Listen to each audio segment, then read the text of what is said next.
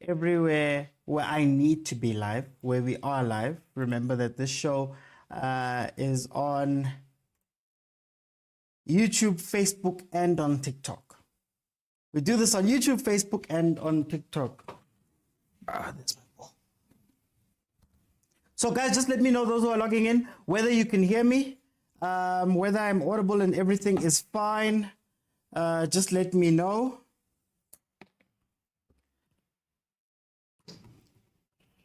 Oh. Let me know if you can hear me, guys. Today we're going to have one of the more important conversations that I think we've had on the show, and is to do with some statements that came out from one Gavin Hunt, speaking about a certain player, speaking about discipline, speaking about how you deal with these things and all of that.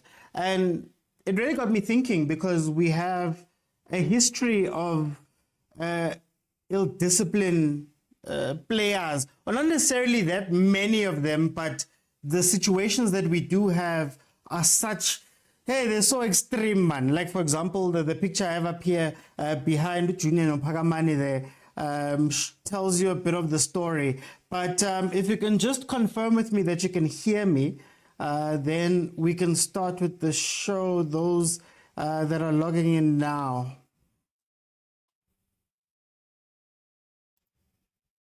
Let's see.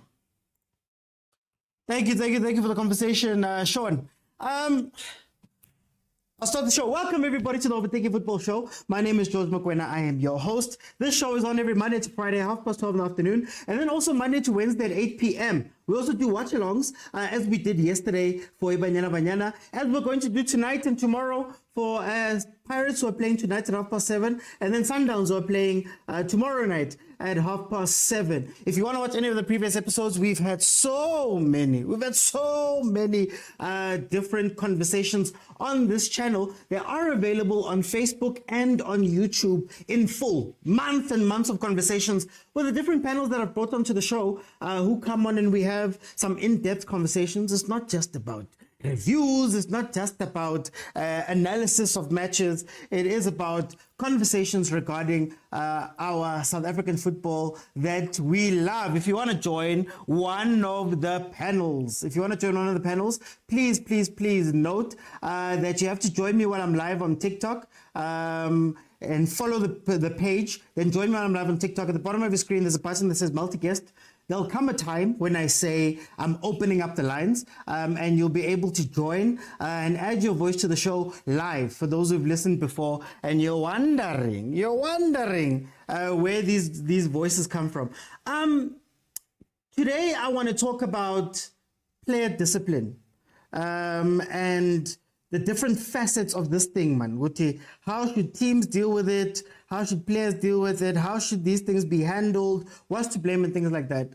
And it's based off of a conversation that Gavin Hunt had with Peter du Toit on This Is Football Africa. I'll play some of it, and we can have a conversation about what we hear on there. So this is, if I can just get it up.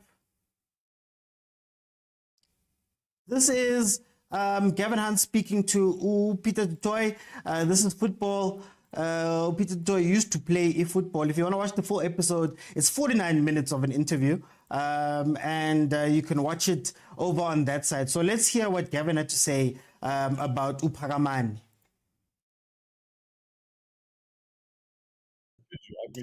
Question, very good question. Kanyisa Madalane. And the player I'm going to mention now, he wants to know your thoughts on this guy. To me, this epitomizes the professional footballer in South Africa's kind of journey. Pakamani. Disgrace, biggest waste of talent, biggest disgrace. Obviously, we had him in our youth team, our Diski team. It was Glenn Salmon. He was the coach. And Glenn, he played wide for Glenn. I said, Glenn, I think he's a striker, number 9, a running number 9. He can work a channel. He's so quick. Yeah. And I took him in the first team. I played him up front. We played the first game against Platinum Stars away. I played him number 9. He scored a hat-trick. I said, well, there you go. Remember? And then we went to play Al Ahly in the Champions League. 70,000 people. That Gourmet, you know, remember Gourmet, the big centre back? Yeah. The ball there. Ran him ragged. Yeah, No, ran him ragged. he had to pay to come back in the ground. I mean, he was fucking running behind him, over him. And they ended up signing him. He had a great move. I mean, his salary went from, I don't know, 20,000 rand a month to, I don't know, 500,000 rand a month. But they put him in Egypt, put him in a hotel. You know, there's only one way. And then he comes back, and then he's at Sundowns, obviously falls out there. Then I take him to Chipper. I go to Chipper, I think, have some fun in the sun. Let's go down there by the beach. I bring him down there. Plays the first game, he plays Pirates, he scores a goal. He's 10 kilos overweight. The second game we play Stellenbosch, snaps his Achilles tendon, out for the season. Then I come back to Supersport. He phones me, can I come and train? I said, Pagamani, you don't need 6 weeks, you need 6 months. Okay? I said, but we can get you right in 8 weeks. So anyway, I got him no football. I got him pulling tires, he shed weight. He was losing weight like this. He just stops. He said, no, I can't do this anymore. He fell out of love with the game. He's 23, 24 years old. Disgrace. Sad. He should be in the national. I thought he was going to You've lead got pace, Peter. Peter, in football, you know pace. You don't have to be a great player, but if you've got pace, you can get away with it, you know. And people are scared of pace. People are scared of it. Yeah. You know? Well, you're a defender. I mean, if you go tight, you're stuffed. If you stand off him, you're stuffed.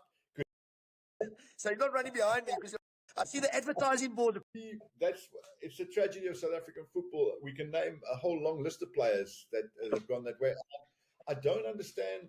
Is it a social thing in this country? Is it a father figure thing in this country? Is because you can't blame. I'll tell you a story. Can I tell a true story? I mean, it's actually a bad story. I was at a restaurant a couple of years ago. He wasn't unlucky. Then he left us, and they were having a good time. He had about 6 mates because they always got mates. They got money. Anyway, I called the waiter over. I said, come here. I said, what's the bill there so far? He said the bill was 45,000 rand. Okay, the bill so far. They were drinking Hennessy's, and he's 21 years old.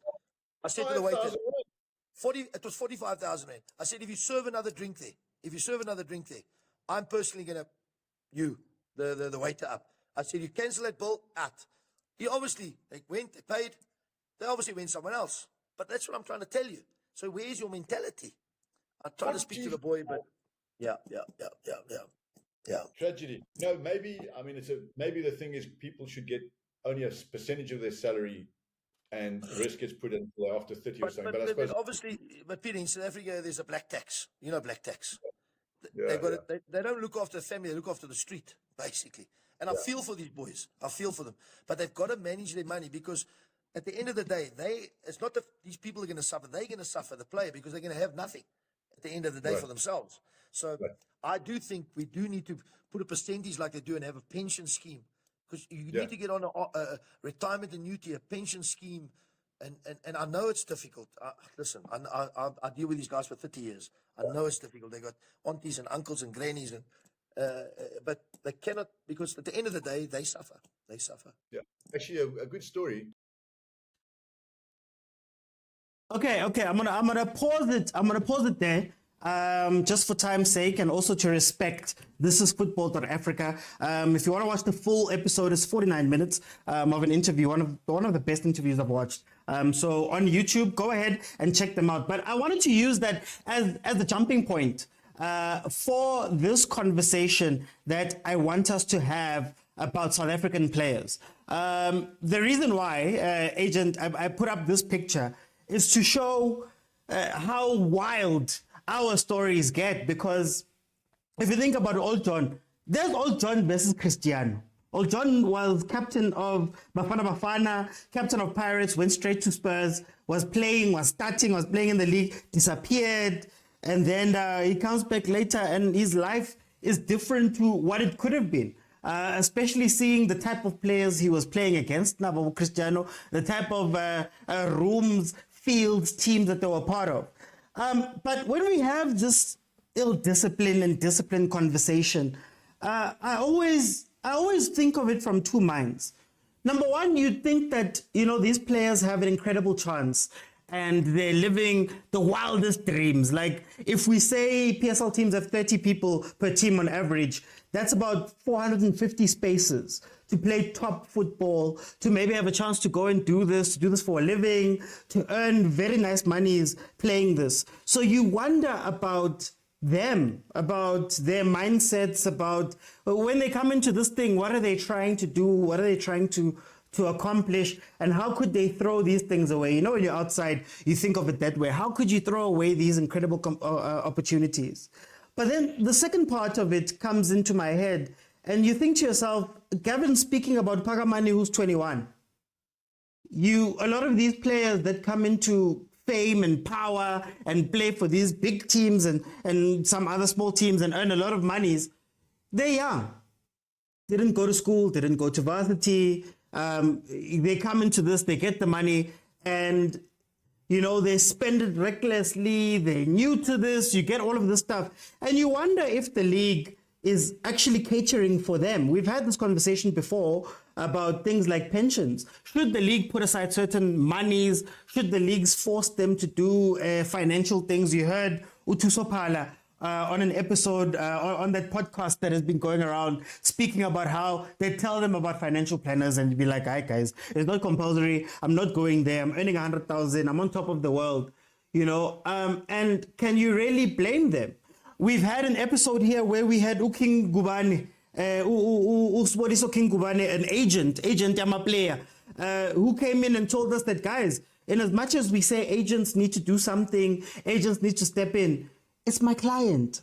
At the end of the day, you have to do what your client says. You can advise, but for the most part, your client will tell you what they want to do, and they'll do that thing because the money and the power is with them, really. So is the league doing enough? Does the league care about our players when these guys are coming in and they're being given all these salaries, the love? Can you imagine right now if you woke up one day and you were trending and everybody loved you and you had 100,000 that was coming to your account every day and you were playing football and you were doing all these things? How many of us would be able to control ourselves, to be honest with you? Even when we go into things like our Labor Act and stuff like that, they specifically forced you to have pension funds because they understand that not all of us are going to be responsible. Not all of us are going to think with our heads and all of that stuff. We're going to get caught up at some point, and you have to force people to have these things. So are we doing a disservice to these PSL players by not having those type of safeguards for them and then being surprised that some of them may not be spending their money properly, being surprised that some of them are drinking, they've got 45K bills? Is it maybe a time where we have to look at the structure of our football and say, guys, they're young, they don't know any better, they're coming into a lot of money. Is it up to the league to look after them? But then you also look at other things. If you look at Manchester United right now, Ten Hag is in the news almost every week because he's saying that some of these players don't train well, some of these players have attitudes. And then you have situations of Sancho coming out and saying things, Cristiano coming out and saying things. How do you manage players in this day and age? How do you manage players now with social media, with the love that they get? How do you make sure that that's not going to their heads? Back in the day, Mabizela didn't have social media. Can you imagine what would have happened if Abu Junior Kanye, Abu Mabizela, Abu Mashambi had things like social media? How much responsibility should each of the parties involved in this whole conversation take responsibility for, right? How much are they meant to hold of this? And that is the conversation that I want to have today. So I'm going to open up the lines. Please remember that you have to be following me on TikTok. Join me now while I'm live now. And at the bottom of your screen, there should be a button that says multi-guest that's going to appear. And you can jump in and we can have this conversation about discipline, because it's sad, man. It's so sad. The state of some of the football. I don't want to say all of us or all of the players or majority of the players, but a lot of the time there's that struggle. So let me let in the first panel and then we can have this conversation. I'll try to get as many panels in as I can today. Rulani Mukwena, Tebza Mukwena, and George Mukwena, the next Mukwena to join Sundowns. Hey, yay, please don't put that on me. But you know, this could become overthinking. I'm kidding. Sinjay, welcome to the show. How are you, my brother?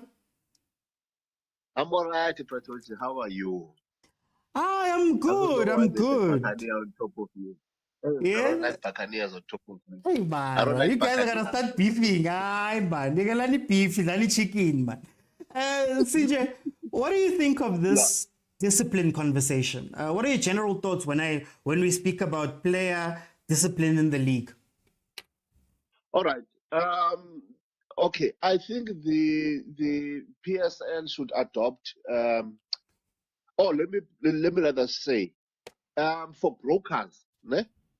For brokers, I don't understand why brokers don't see the PSL and the PSL players as an opportunity for them to grow the market. Because if you go overseas, if you go to America, you go to England, you go to Spain, you go to, I'll make an example. Cristiano Ronaldo, Messi, and all of these players, they don't manage their own finances. Their managers don't manage their finances. Portfolios. I get about portfolios. Yes, they've got financial managers, people who manage the finances. In the PSL, all their agents do. They've got agents, then they've got managers who just manage the day-to-day runnings of the player in terms of scheduling sponsors, scheduling meetings, scheduling appearances. They don't have entities that actually manage their finances. If what's Benny's agent again? What's this guy's name? Who was also Jabulo Blom's agent? Is it Rob Moore? Rob Moore, yeah. When Rob Moore goes to Manchester United, right? He goes and he has a deal for Benny or Jabulo, and then he gets the money. Okay, this is the amount of money that is going to get paid. Normally, that money should go to the financial manager who already has places where he's going to put the money in place so that it generates even more interest for you. That is why in America, you'll find that the financial managers, after the financial year, will call the player and say, listen, this is how much money you have, this is how much money you have made, let alone the money that you are making while playing football. This is how much money your money is making you. Do you get what I mean? Okay, from the money that we have accumulated from the 10 million that you gave me, okay, we've managed to make 15 million extra. All right, I'm gonna take this 10 and put it back into the pot. This one you can do your black taxes that Gavin Hunt is talking about. This one you can take care of yourself. This one you can do that for yourself, for your family and so forth. You can spend this 100 million, this 100,000 at that particular establishment, because and the reason why I say this when George, is that our players are spending money in places that don't generate money for them.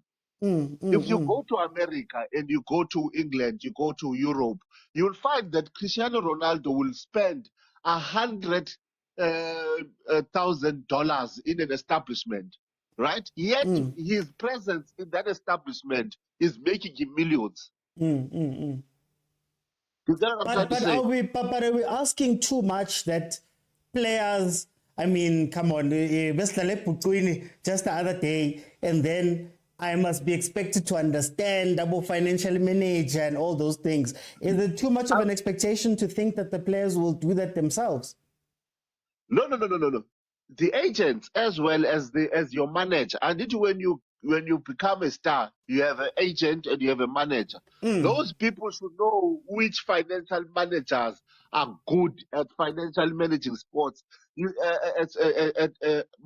financial managing sportsmen.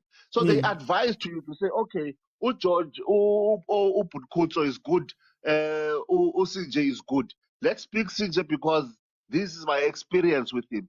Because your money is going to be safe with him. You know what I'm trying to say? So that you don't have the stress so they schedule a meeting for you to say, okay, this is how much money I think you are worth. Okay, Mr. Gas, now that I am managing your money, this is how you are going to behave. This is when you go to conquer. This is how much money you're going to go to conquer. So that when Junior Kanye goes to conquer, not only is he spending money, but Conquer is paying Junior Kanye to come to conquer. Do you get what I'm trying to say? That's what is missing in Springboks. I'll make an example. Springboks. Uma Kazole doesn't go just to any establishment. Look at I'll make it. What I'm saying is now it's not something that is far fetched.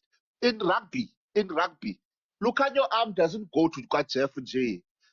When he goes to Jeff, he's gonna get money to go there. His agent is going to generate money to go there. But I find that in soccer players, they just rock up J for the sake of rocking up. Okay, I'm gonna come back just for time to allow everybody in. Malome Kuto, welcome to the show, my brother. How are you? In 1.2 kilometers, turn left. Hey, 1.2 kilometers. On the road always.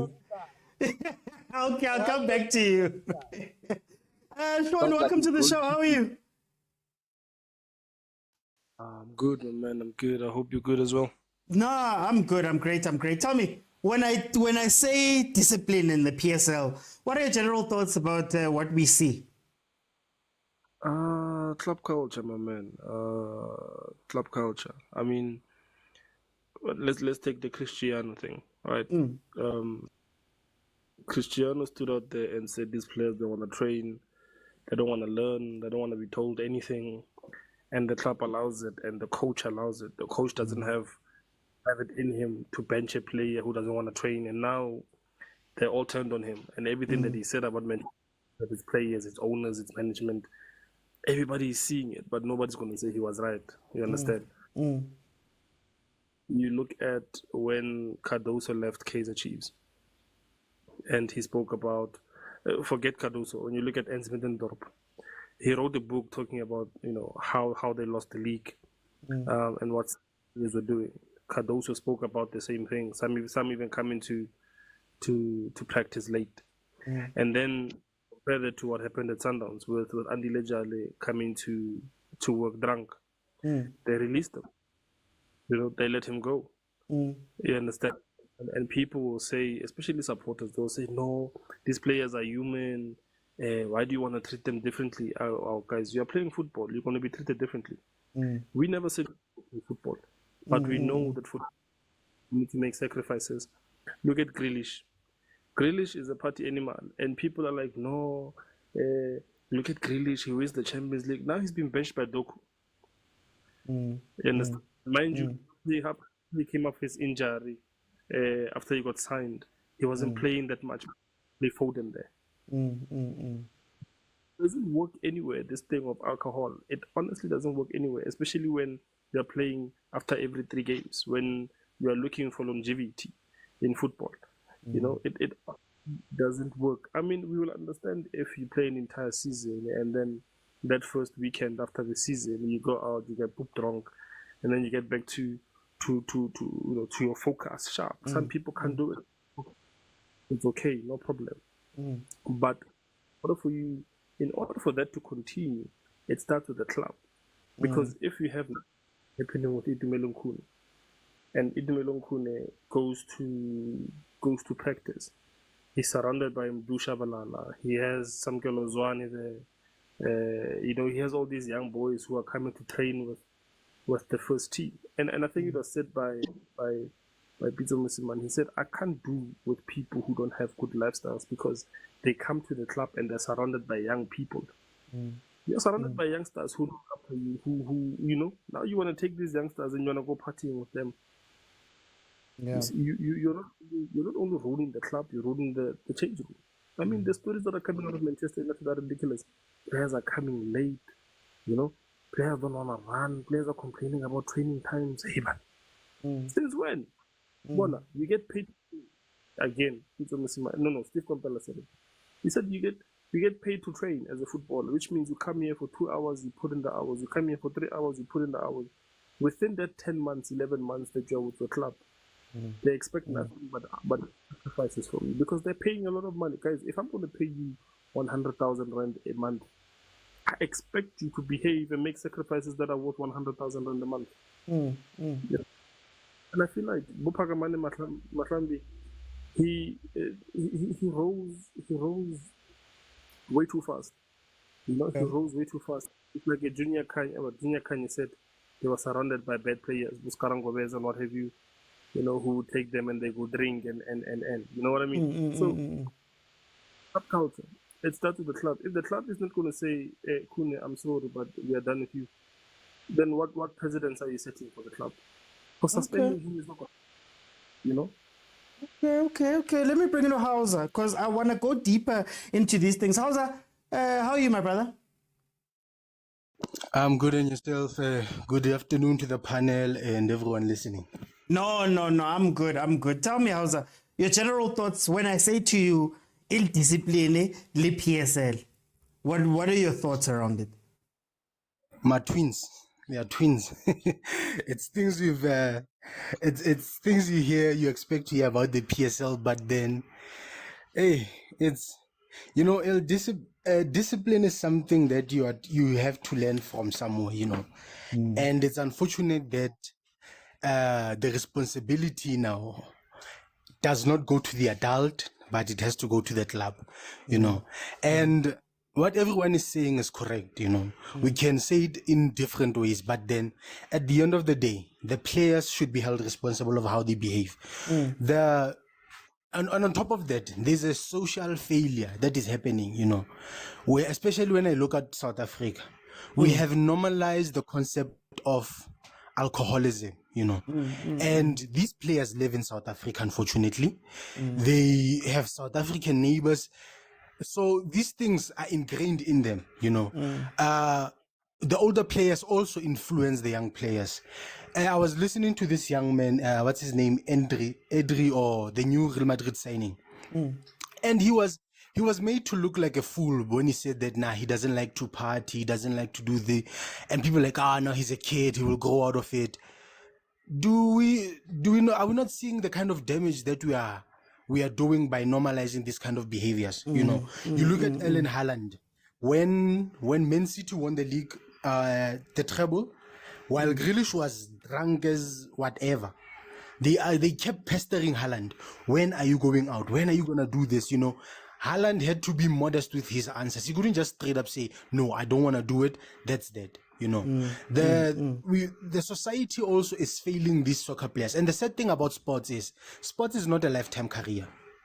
Sports is not a lifetime career. These behaviors that these young men are adopting, after 30, guys, let's be honest. Yes, Ronaldo and the rest are going to play until they are whatever age they are. But usually, a normal, average soccer player, when it hits 32, it's curtains for him. We see this. Look at Modric. Is it Modric or who retired at 32? One of the top players. He also retired. He retired at a young age. It shows you that it's not everybody. It's Hazard. Not everybody's gonna reach the Cristiano Ronaldo level. So there are behaviors and there are things that we must start enforcing. Positive behaviors that we must start enforcing amongst these young players. You look at the story of Pakamani Mahlambi. I don't think he rose too soon. We see Edri, Haaland, 19 years of age, playing at the highest leagues in the world. The problem is the surrounding that these young players are from. Unfortunately, guys, it's either they're being taught at the club or they come with those behaviors. You listen to people going on about, we used to drink when we were 16, so and so and so. When the more you have access to something, is the higher your desires become. So if you're giving somebody 100,000 who used to drink when they're 16, what are we expecting? What the best the clubs can do is instill disciplinary actions against them. And those disciplinary actions can be as harsh as they want. It's up to the club and what they want to achieve. So the PSL, the best they can do is advice. You know, no matter how much you can find advisors, financial advisors, and on this and this for these people. For example, let's say that from that 100,000, we say that a player is allowed to squander 10,000 rands from that 100,000. The rest goes into investment, paying off all these things, the houses, the Koloi, and all that. The player is gonna realize that I'm free. My 100,000 is doing the work for me. I have this 10,000 left. He's gonna go do those things. You know, it's a behavioral thing. It's something that if you punish it, you know, they might be good results. But most of the times, these young players, these clubs need to find positive role models for these youngsters. You know, and it's so sad when you see Bobo Pakamani who was 24, 23, 24. You know, and you started hearing these rumors about him, and it's like, man, talent lost because of this thing called alcohol. You know, it's not a nice thing to hear. But then again, the clubs they should actually enforce these laws, because it seems like this issue triggered a lot of coaches, triggered a lot of players. You know, imagine you're trying to get there, you're trying to improve your career, then boom. There are alcohol issues, there are discipline issues surrounding you and your team. It kills team morale. It kills team morale. Players who don't listen, it kills team morale. You know, that's why people are calling that Man United needs to be cleansed entirely, because you can't just keep removing one rotten potato. It affects the others. So if you keep removing one, what do you expect when you put in new potatoes in the sack? They're gonna get affected by this rotten potato. So it's those kind of things that the players must be held responsible for their actions. 2, the club must have what do you call this? Disciplinary actions taken against these players who come to work drunk. Similar to you when you go to the office. When you're drunk, they're not gonna call a press. They're gonna fire you or rate you up. You know. So it's those kind of things that the players must be spoken to. You know, and then the clubs. There's so much the club can do. There's so much that they can do. I'm gonna come back. Let me bring in Malume Kutso. Malume Kutso, are you fine now? Asimnandi, Mr. Uti, right. Aye, right. Tell me, ill-disciplined PSL. What are your general thoughts? Do you know this song? Yaga Kimambarki Ziku man. Happy. I'm so proud. Zongchola Kuzi heke. You see when that song plays, now me, I'm Kuzi Henneken, but because of that song, Khaleli Henneken, Bengashayi Henneken, Jengin so it goes back to the issue of culture, influence. What's stopping me from drinking Henneken right now is because I don't have money. You understand? And what enables players to drink Henneken whenever they want to, that they've got a lot of money in abundance. So we must be here judging them, and it's fair criticism. We're not even judging, we're critiquing their behavior. You know, we're trying to improve their behavior. But unfortunately, the truth is, even umuntu Spanish pride, and if anyone here is Spanish pride, no disrespect, even umuntu Spanish pride as holela 5,000, ukhona lo bhatek ya 2,000. I think that's worse than Pagamani, what Pagamani Mahlambi is doing. Asaleka 3,000, a closer than 500, and then he will soldier on during the month. Wabona akalamika 2,000, asaleka 500, buy tissue, you know, braid here and there. And then carry 15, there's no money. So what this says to me is that it just says it's difficult to manage money, especially for kids. And with soccer players, it's not just money. It's also issue what you might call a fame. I was doing one game, as a ladies' game. Afeta Mfundo Villagas. He's so young, man. He wasn't wearing flashy clothes. He was just wearing nice, like a kid, you know? Just great clothes. But he just passed, and these girls were warming up. These girls lost it, Mr. Uti. Nangu Mfundo. You understand? I'm like, Mfundo was already being offered this package. Just from him passing, you understand? They're losing their minds, hey, young men. Right now, they are all coming to you. Imagine if Mamotelaga Nyugunyana there, an extra 5K, then he can start going for what he prefers and not only what prefers him. So it's deeply rooted. I sometimes question people who, you know, when they're trying to come after syllabus, they be like, yeah, nisifundisa nge-LO, we must be learning computer science. And I'm like, how I wish the curriculum was stronger on life orientation, because that is exactly what we need. You understand? Like I just want to reiterate, it's not only about player. Even boys back for Pasa, Bashapa engineering, Opaya his GTI, and yamshisa mekutwithenga le GTI. Akakhona ukuhlala endlini ngayo, mele asuke emasabapini azekasi azosibonisa ukuthi bafethu modimo udumezi di change sheet ithapelo tsaka di lendile, you understand? They have to come and show up. It's because sometimes how you grew up, you understand? And maybe, and just maybe, with the white South African players, because I understand in other countries even white players do this, but with the more lighter skinned South African players or players from a good background, they don't need that. Because even in the employment sector, when they get a job, it's Jono, congratulations on your first job. Maybe let's get you a young HS for you to move around. You understand? With us, imagine masokola 300k yakufonela umalume like uKevin Hunt said. Yakufonela boy, it goes the other way. It doesn't go with we pushing you up. You understand? Because you know, sometimes you think people are troubling you because they want to use you. Can't actually, there's nothing in the fridge. Like Tukomulise once attested what he many if we're now you know too much. If you correct me, you are out of the circle. Yeah.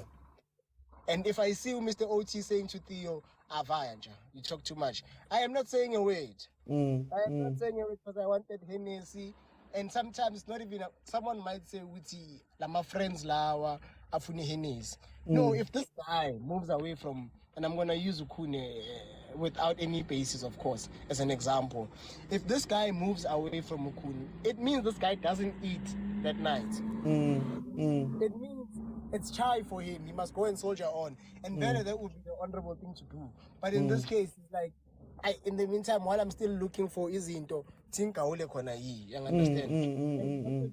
Positively speaking about Ukune, someone once came out and said, Ukune Wambuza and Uchufunani boy. And I think the guy gave him an answer and he was like, I'm disappointed. Being to expand a business or something like that, which I'm willing to do. And I found that very impressive of him. You understand? But you must understand which Lentole is deeply rooted with culture, especially as Black Africans. Most abantu, and I know it's an excuse, but most of habana dinto, habana new. So once the golden goose lays an egg, it's ready for your honor. And unfortunately, unlike Abo CR7, you say, I hear we're using Abo CR7, and I feel like it's the worst example. You know, CR7 can blow 1 million XAS. And I'm talking about the younger CR7, can blow 1 million, but the money he earns would make him teachable with Antonio Science. We know of stories, it's gonna come out that guy, Kevin Prince. Boateng. Which one bought back-to-back Lamborghinis or something like that because he was in distress. Imagine. Much more interest. The best they can do VSOP. It's not on that level. So maybe, in as much as we want to judge our players, even with the other guys, there's just enough room for our mistakes. With us, Mr. Oti, then you can match it. But but for our match, it's not as much as we think compared to about the I want to jump in because there's a conversation I want to have, because I feel like sometimes we say it's culture, but we don't enforce new cultures. Sinje, there was this thing that Upratemba said when the Springboks came back from the World Cup, and he was there with them and he got to chill with them and all of that stuff. The press was with them during that time. And he said to me, he said on the live, he said that, you know, for the Springboks, you don't talk to anyone. You talk to Sia. You're not allowed to go to anywhere else. You're not allowed to interact with anybody else. You're not allowed to quote players, staff, admin, and they enforce those type of things. Don't we need more of those type of things in our football? Don't we need those type of things where we go, I am safeguarding you. Just like, you know, that drunk Springbok player in the corner. You're not allowed to get a quote from him. We've put a fence up. should we not put fences by force around our players, or should teams not have that much responsibility? Should it be part of the responsibilities as well? I'm not sure what he meant by that. For make an example, there was a press conference where Makazole was drunk, pap, drunk. Ah. He even saw what fuck a Teta during that press conference, and then he said, "Yo, I'm sorry." And then he went on live to explain how drunk he was when he did that press conference. I'm talking. Today we're talking about Kune who was drunk at a match. Today Makazole who was drunk at a press conference. You get what I mean? But it's not an issue in rugby because rugby players drink. After they match, they drink. They play, they drink.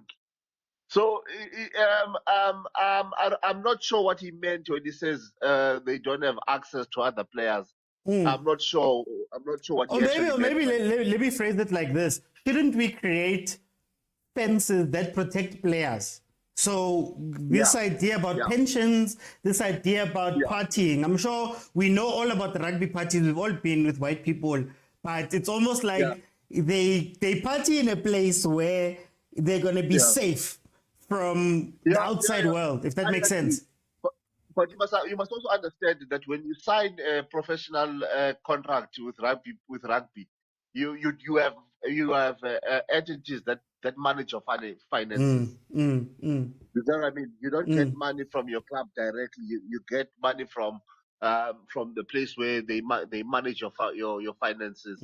So in rugby, that's why you'll never see a rugby player that is broke, because rugby players, they don't manage their own finances. They've got people who manage their finances, who secure their money, who invest in their money in proper properties and so on. So that's why you see Bism Tawariri he's not retired. He's living up because he has made enough money to make him money when he's retired. It's not like in soccer where the player manage their finances, which is where the problem starts. Why do we allow it in soccer? Why do we allow it in soccer? Who stands to benefit from this? And I think Mr. OT, I'm not quite sure, man, to say, I don't want to sound very rude, and to say the white man is benefiting from everything. But I don't want to say put it that way. You know what I mean? Where the money is spent, where that money is going, that place is actually spending. I'll make an example with Junior Kanye. When the place he spent his millions, they have his millions. Do you know what I mean? And he doesn't. So they benefit and not him. Vice versa in rugby. It benefits the white man for Bism Tawariri to have his money in order versus him blowing them up. You get what I'm trying to say? And I think as soon as I wish the PSL can be given to the Taxi Association. Them manage. Right. If you want, we are laughing. If you want people who know how to manage the finances to benefit themselves as black entities, hey, Amano Taxi, they don't play game. Their money resolves around themselves. So I think the PSL needs to establish that methodology to say, let's protect this money that we have. Let it run amongst us.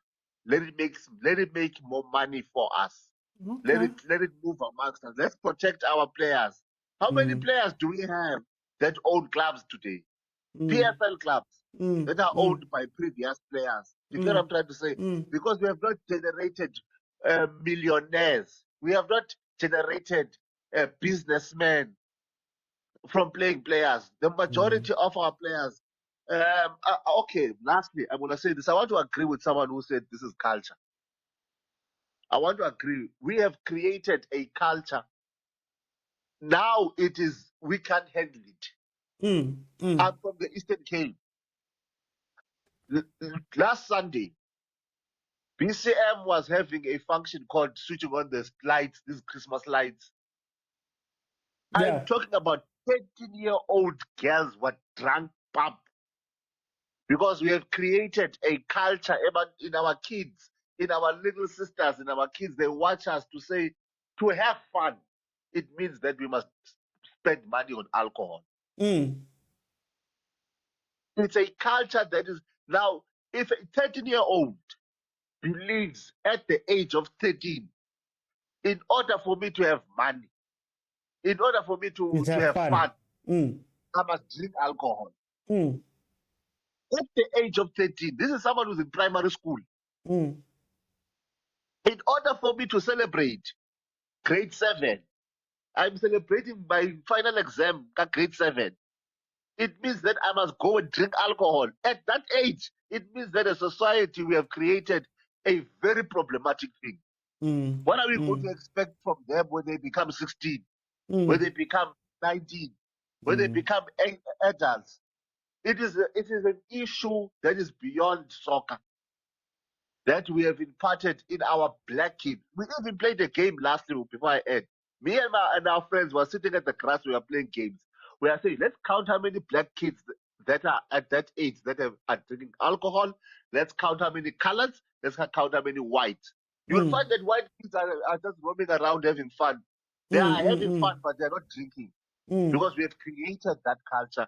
In order for you to have fun, you must have a glass of alcohol in your hand. But Okay, but I wanna come back and interrogate this a bit more. Hausa, hey man, wait, now I feel like we are making these rugby players and people angels. But there are safeguards around them. Like, you know, sometimes I know with some of my white friends, Manuela Kontu, where they can be controlled and watched and what, where they can get direct. Should clubs be directly controlling some aspects of these players' lives, or are we asking too much of these clubs? Okay, let me put it like this. If you are in a workplace, at the training grounds, at the stadium, with the club, you know, the club have the right to, they should have the right to control and dictate what you do, you know. What you are saying about Siya Kolisi is something that I saw, you know. When there's a culture, a gentleman-like culture in rugby. I used to play rugby at high school and primary level, you know. These are the things that you are being taught. The first thing they taught us after we got our first team colors and all those things is that there's a way you must behave, you know. People must see you and they must see this gentleman, a gentle giant, you know. They instill these words in you to make you, you know, feel a bit superior, you know. That's why rugby players are behaving like prefects and all those things. It's because of the culture that is being enforced in you, you know. So with the way the PSL is set up, you know, there are structures, but then because of other things like mismanagement, you know, structure falls through when things are not taken care of, you know. I want to believe that there were things that there were measures in place when it comes to soccer where we could control how players are behaving and so forth. But then now it comes with societal pressures, you know, that these kind of things, you know. If we were to say Kune gets the right to speak, you know, there would be rumors created around those things, you know. Then let's take Rulani for example. Rulani is a perfect example, you know. The way he behaves, the way he conducts himself when he speaks about Sundowns, and what is the general consensus about Rulani Mokoena? And he's exactly, but we wouldn't say that about Siya Kolisi, Ebenezabeth when they speak on behalf of the team. You know, if you were watching the World Cup, Manny Libok, the colored guy who kept missing the conversions, you know, he was not when the people were calling for his head. Who spoke on his behalf? You know, it was Siya. They were protecting him, as you say. You know that he's part of us, and we're gonna protect him. But then, if Kune was to come out tomorrow and say, hey, "I'm protecting," let's say this player from the media. People are gonna come after Kun. Oh, you were drunk, Wena. Who gives you the right to speak? You know, there's a level of fear, and I'm gonna say this in a way that it doesn't come off as a nasty way, but then there is still a fear of the lighter South Africans amongst the darker South Africans. You know, you look at the way we behave we allow them to get away with things, and how we behead ourselves, you know. If you look at this alcohol issue, it was not a nice sight to see Abo Manilibok. It's about drinking from Paris to Dubai to South Africa. They were drunk, you know. But then because there's a culture amongst them that, oh no, they're winners, and you know, if I'm willing to guarantee if Bafana were to win AFCON, do the same thing. Do the same thing as the Springboks. I'm telling you, everybody and their grandmother would be fighting Bafana, you know. That's why I'm basing this entire alcohol thing, this entire discipline thing on society, you know. There's clubs should tell you, Baba, if you're gonna come here drunk, you can go home. You don't want to play, you know. Clubs can have structures that says we're gonna protect player A because this happened, you know. We're gonna do this and this and this to ensure that our brand. DJSB was speaking about how Chiefs almost sued him when he tried to advertise Mofaya at the stadium, you know. Chief, and then he said years later he spoke to Jessica, and Jessica told him that imagine building a club, a brand like Kaizer Chiefs, and somebody comes and toys with it. You know, it's the same thing. That's how every team is supposed to react when a player does something that is not getting up to their standards. It's like, no. But then, Hauser, shouldn't we leverage then off of the culture? And I mean it like this. It's gonna sound weird, but go with me. Elanwa, you guys drink. So as Kaizer Chiefs, there's a spot called Naturena Kamohare where you guys are gonna drink. With our supervision, with our, you get what I mean? And where we can control it. Because I feel as though a lot of the time, especially between white and black people, they drink, they do all the bad things. Mara, where I may not see Hauser poop drunk, and the story will never come out about Hauser being poop drunk or whatever. We'll deal with it. But then with our guys, hey, motoko tap what babang bay lekwana babang bay. Shouldn't we then look into those type of things as well? Where I'm not saying don't drink. Like even with the kids that we're speaking about, I think the parents all know about the drinking, but they also know, which, you know, we have money that we've put aside for him. We know he's going to go to varsity and he's going to go crazy and he's going to do all those things. But is he ready? Shouldn't those things then, would you say yes to that or no to that? It enhances, you know, my brother, here's my stance on this, you know. Alcohol is a problem in South Africa, you know. When you enable it at that level, it becomes a bigger problem. You are enabling it, you know. We shouldn't be allowed to have such a thing, you know. If bear with me here, these players come from Malaysia, you know. They see people are drinking, and that's the what's his name? He left. He said that the only way these kids see fun is with alcohol. You know, there are no positive recreation areas in South Africa. You know, the parks are destroyed, all these things are destroyed. The only outlet for fun is alcohol. So now you take this 18-year-old, you take him to Naturena. First contract, you are showing him around. There's Hennessy, there's Vswap, there's this and that and that and that and that, and Kune sitting inside. You know, it reinforces that negative stereotype about black people and locations that, oh, so when we are happy, we drink. But when you are rich, you drink expensive alcohol. It's those kind of things, you know. We must not. This is where we destroy communities. And by communities, we are even destroying our future players, you know. We must not encourage alcohol even at that, in workspaces, you know. It's a problem. I meant it more of create places. Like, for example, I know varsity. I went to UP. You can drink on campus. Yeah. But there's controls that make sure that you don't go over, because in some spaces, it's better for me to have you here where I can control you than to have you out there where anything can happen, if that makes sense.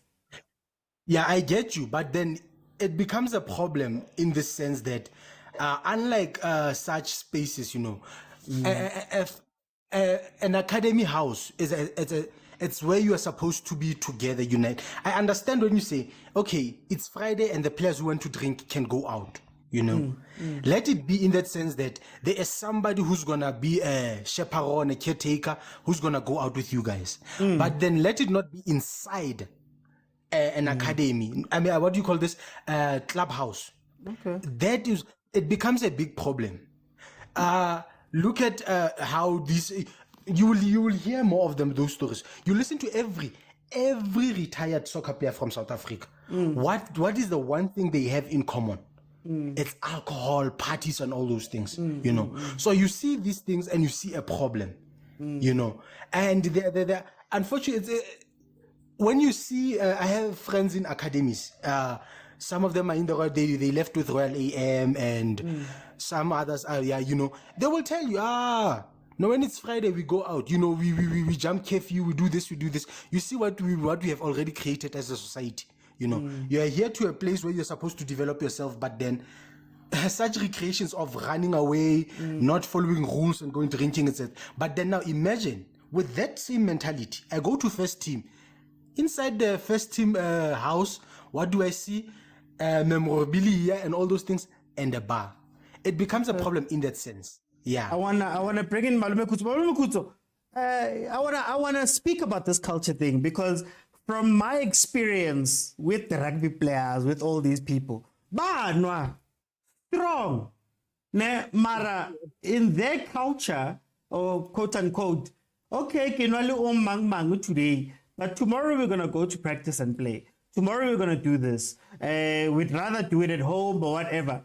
Should we be trying to eradicate all of alcohol, or should we be trying to teach people how to do it responsibly? If that makes sense. As Mr. OT, when it comes to respect, black people are fit to number pumping. Let me tell you, black people are by far the most respectful people in the world, according to my experience. Black people are so respectful that when you deviate a bit, it causes a shock and a stir. You understand? That's why it sticks out like a sore thumb when you do something that is actually normal. When you erase, you wouldn't dare say, "Hey, Nomsa, I understand." Kotlasing if your teacher is Nomsa, but the white kids, colored kids say Nomsa, and we don't. As much as they don't see anything wrong, we also don't see anything wrong. Even Nomsa doesn't see anything wrong with it. This child is calling me Nomsa. You understand? So we are so respectful that we become overly self-critical. You understand? We saw these guys, Nami, in as much as I had to, it was a bitter pill to swallow to see how much it were happy. Abu Khaba with the World Cup, but some the underpen, Omo Anna straight from the king. Can I was this the cup? But it's a punch, Omunga chincha kitty for 7 days. We understand the Web Ellis Cup, Neape Revest, you know about Pia Revest. Impunga. We can say, yes, that's a cold beverage, and carry one bite. But our players are crucified for doing not even half of what those guys do. You understand? And then I want to take it to football and go overseas. Later on in life, we hear which Hazard Beganga Jimmy. We hear which Ronaldinho Nasaki Jimmy. Instead, Ronaldinho was calling players with let's go party. We hear with Carly Messi Jimmy. Then you ask yourself, why was I crucifying Mushavul all along? This is what star players do overseas. Boy, boy, whereas Ronaldinho, the crossbar challenge before TikTok, Barry, he drank like crazy and he was heavy. Is the culture not that we are over? I mean, is the problem not that our culture has led us to being overly self-critic, whatever. Self-critical. Yeah, self-critical. Is that not maybe the actual problem?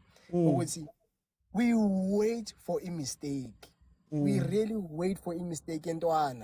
OT, Mr. OT. I'm not even talking about and that's why these guys retire basampani ebama man. We call them man because they are footballers, okay? Abobonganzungu. But in the true sense of it, in the age, no bonganzungu yintwana ngokwakhe. He's like 35, 36. That's still a young man. There is still a man with a long way to go outside of football. He's a very young man. You understand? However, we are very, very critical of these boys. I saw Cesar Muktola as a country, and I'll include myself, trying to find the difference between soccer players and rugby players. Why are they winning? We took it to, hey, rugby players are all married, soccer players are not. Next thing, boom, boom, boom, Guvela Ikiti rugby with some slay queen. Some slay queen is wearing nicely there, saying last night was dope with some Air Force there, and we like, say, how's the Air Force? The Air Force belongs to the national team. You understand? But then we right Kenya under the rug. We were like, it's fine. Black people like cowards, and we don't understand. It's because we are so used to be, and by we I mean Rona as an entire race. We've been beaten into submission so much that that's all we understand, and it takes time to break your boundary with it. Okay, actually, when I'm grown, and particularly Black South Africans, because think about it. How did they manage to stay and become superstars? Whereas when it comes to Ushavul, and let's all admit, guys, okay, he doesn't play anymore, and it's dangerous to admit Lentole. He was killing it, drunk. That alcohol for him did not. You can't even hold the argument. No, alcohol being biases.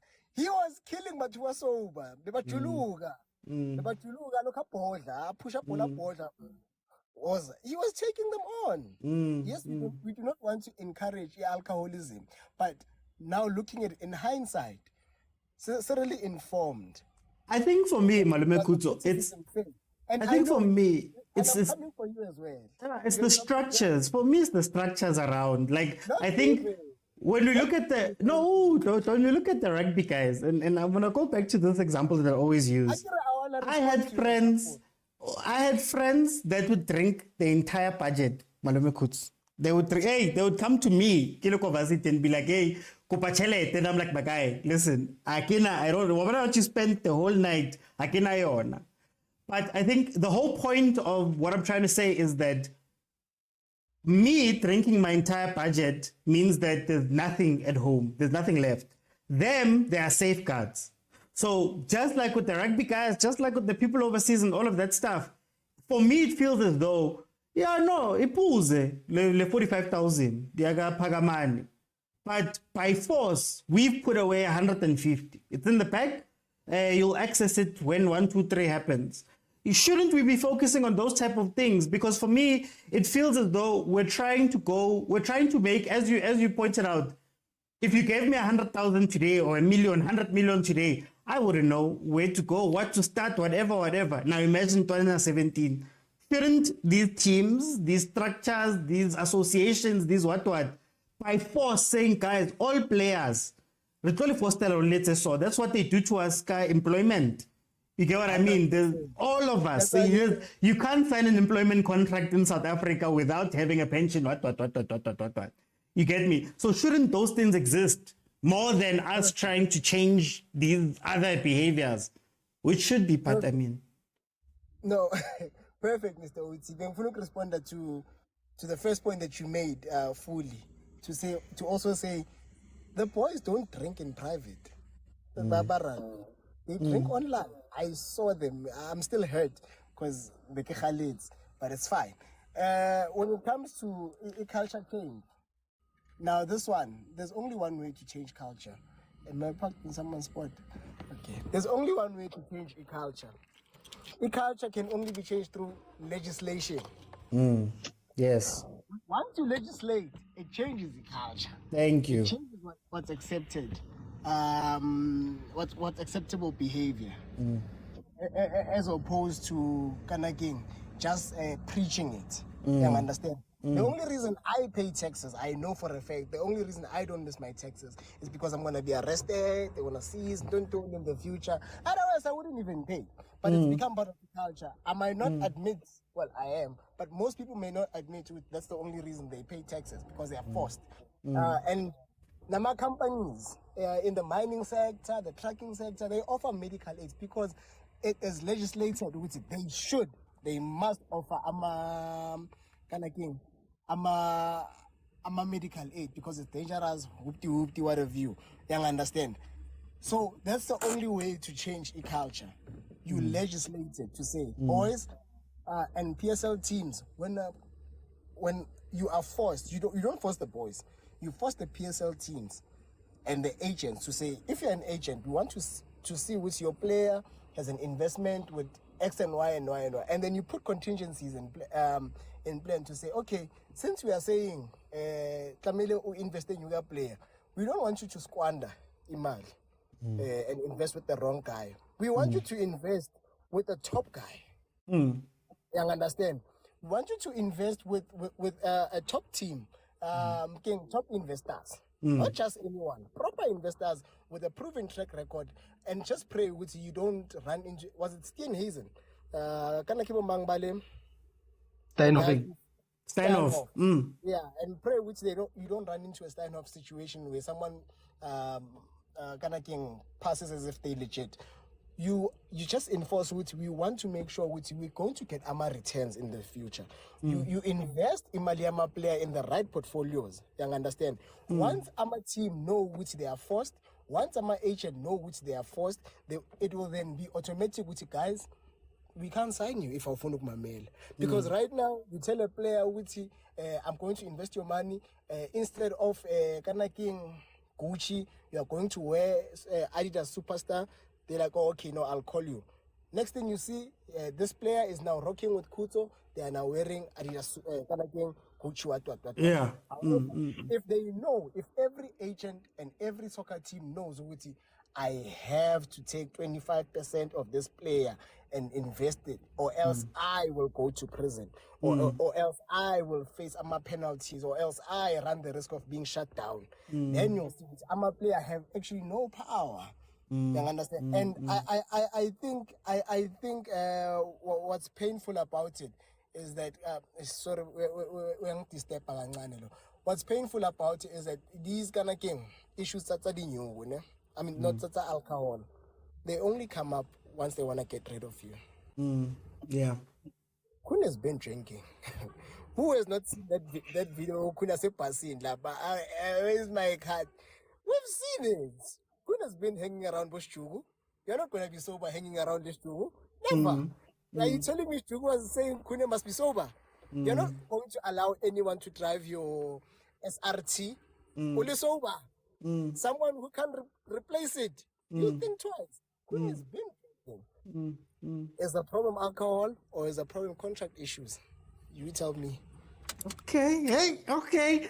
I'm gonna let in the next panel because I gave the first panel a bit of time. Yeah, but guys, this is why I'm saying that I want to have these conversations here because I want us as people who are outside to also realize some of the things that go on. Because for me, all of us are acting high and mighty, as if we would do different with the money, as if we would invest it properly, as if we know where to invest, as if we do all those things, And what I'm trying to get us to is also let's hold the associations and people accountable. How many football player lives have been ruined in the history of football from days of teenage to days of Tabupule to days of Kanye to days of Mahlambi to days of OJ? We've seen these things, but nothing is being done. Nothing is being done. And I also want us to understand, I think one of the key points that I always have here on this show is PR and marketing plays such an important role in everything, right? The Springboks are family men. They've got wives and kids. They were putting that on social media. Hey, what. They drink, they go ham, they do all these things. But the way that white transgression is dealt with as well. I think maybe that's a topic as well.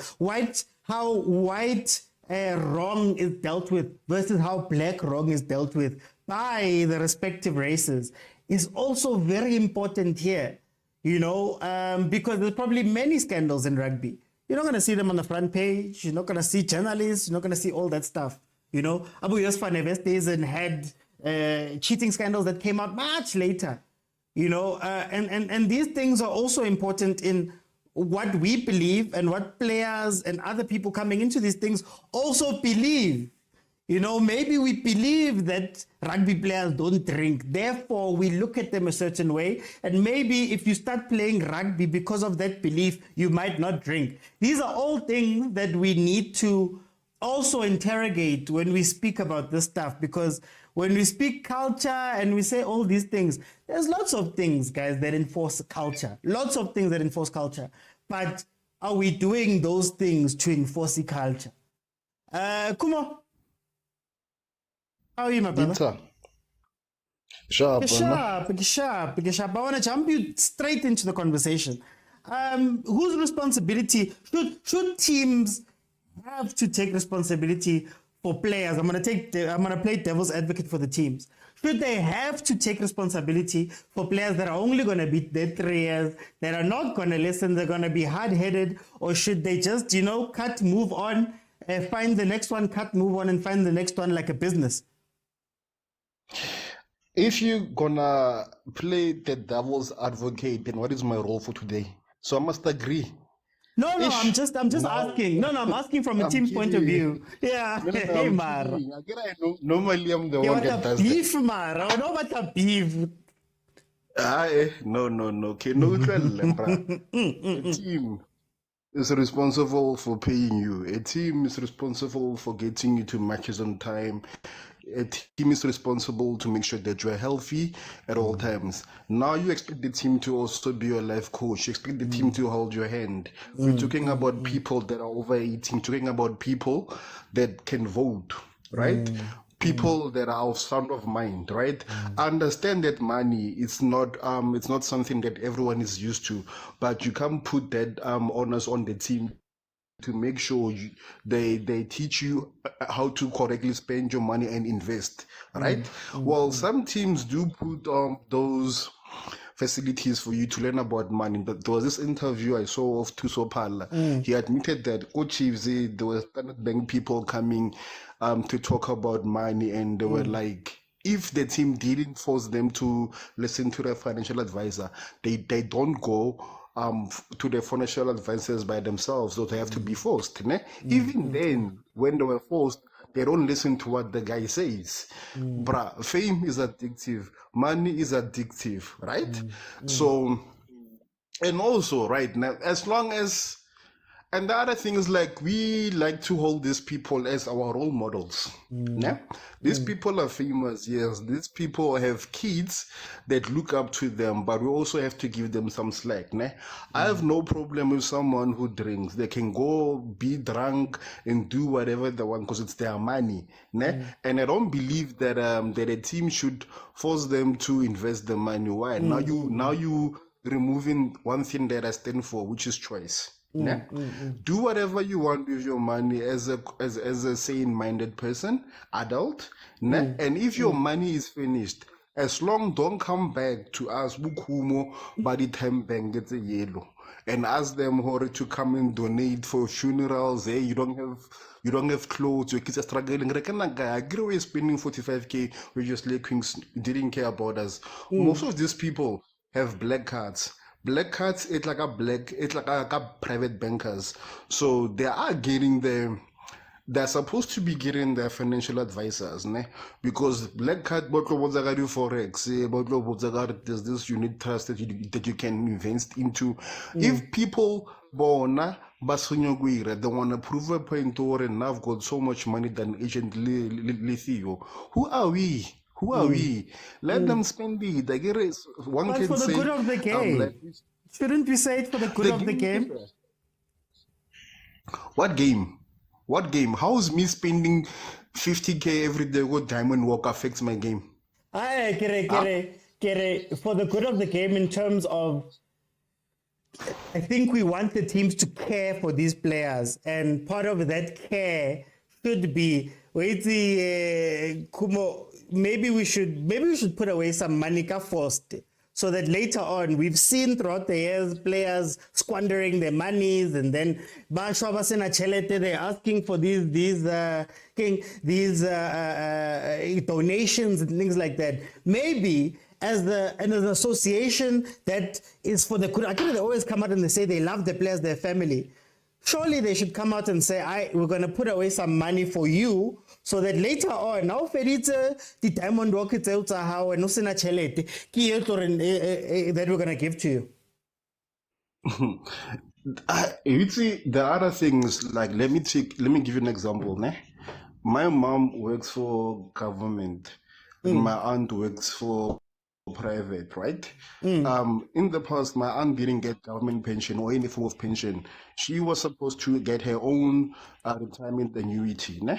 So now, let's say the PSL or SAFA starts this new unit trust, or they've got this pension fund. What happens when that pension fund gets looted or gets stolen? Who's gonna cover it? Right? So, and also you get some football players that are smart, like you take your Jimmy Tau, for instance. Now you're gonna force me to invest 10K, for example, per month, on this fund that you want me to. But that 10K is gonna give me maybe compound interest of about 13.5%. That's the highest we have in the country. But with my 10%, with my 10K, I can make it like a return of 300%. You see, now you're gonna force me to do things that I don't want, whereby I can make more money. So now, if you're gonna take that, bruh, there'll be so much commotion, because nothing is guaranteed in life. But are we not? Shouldn't we cater for the lowest common denominator? Because not all players will have the right people around them. Not all players will have the right state of mind. Not all players can get to that place. Like I always make the example of a lot of people in the country are responsible. We're all responsible. But if I was to just put a crap ton of money in front of you, you'd probably spend it all, even in that responsibility or whatever.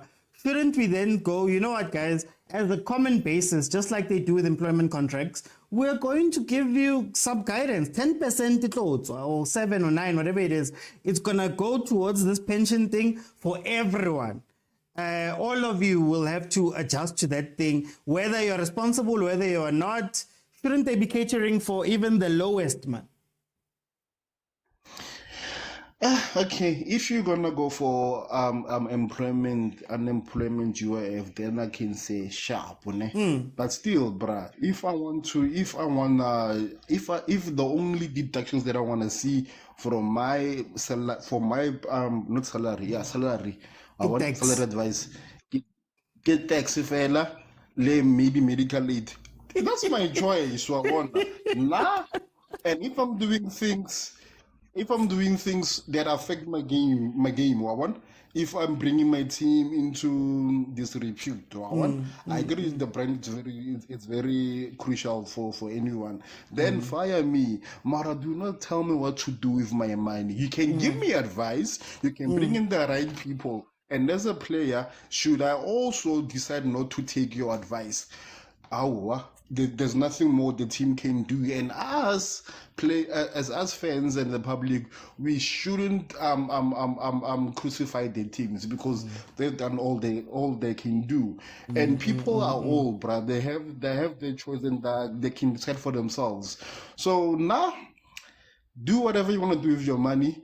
Do whatever you want to do with the goals. You're still young. Enjoy life, because some people live by the motto, you only live once.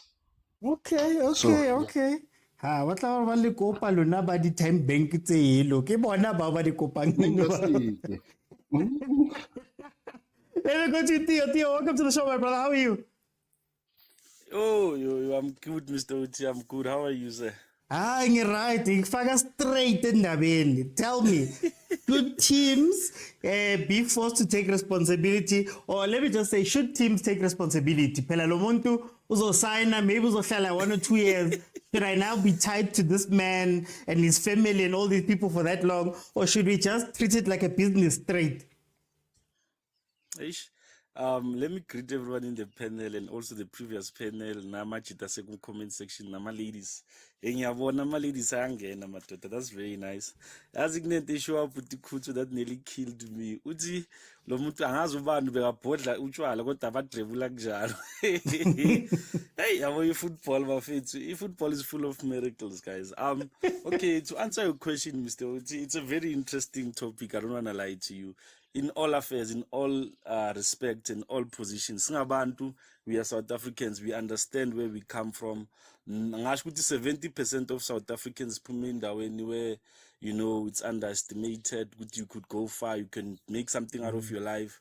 And you know, Mosi inkinga yasekhaya ke thina abantu indle emnyama, you know, abobaba sibagcina sibancane masesikhula abobaba basekho bavumbuka sesineyimali, you know, lack of father figures, you know, abo uncle into abayaziyo bakwazi ukuletha utshwala ejardini intombi, you grow looking at that. Hence I think uSinje was talking like that mayakhuluma ngeculture yabo. But to answer your question in a more broader way yabo, first of all, let's also remind ourselves that football, when you go to the football fraternity or any fraternity, especially in sport, even in media, you know, it's a profession. Yeah, but first of all, let's prove that it's a profession first before anything. The minute that you become a profession, that means you possess a certain skill that is going to be needed for you to exchange it to get a pay. Ne? So when you get there, you need to understand that you have responsibilities, you have tasks that you need to do. You have to have certain elements that you bring on your own, regardless of the industry or the place that you're working for, to give you that knowledge or whatever. But to answer your question simply, I do believe that they do have to have a part to play, because they are not just taking you to come and help them, and also you're not just going to be working for them, but also you're going to be a prime figure for their product or for their company. Imagine, you know, look at the likes of Abo Junior Kanye getting achieved. You know, you look at what they've done in the past few years. Hence, that's why till today, Asimfune is legend. Abanye babathe basipha Simfune, yeah, but because of what he did. So you look at those elements, they play a big part as listening to him talking about Chiefs management when he said the Upo will be tried by all means to sit him down, advise him, but you know, coming from a fatherless figure or a situation where there's no one who's playing that role to sit him down. But also don't forget, man, njengoba sho ukhumula imali masengena Mr. OT, hey, cabanga nje uzongenela 100,000 ungayazi ne 10,000. The first thing nje ucabanga ukuthi yo badakwa abantu yabo. There are so many elements that come into place.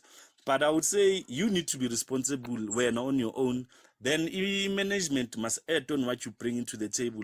We cannot always be bashing in management, guys. If guys like Abo Ronaldinho, Abo Rooney could have drank in those levels, you know, Man United is the biggest team. Rooney was drinking there. So we cannot then come and fault my team as much as they can have a part to play. But when I'm now a player as a professional, you need to understand, Uguti, I'm not just a figure in the game, but also there are people who are looking at me as a role model.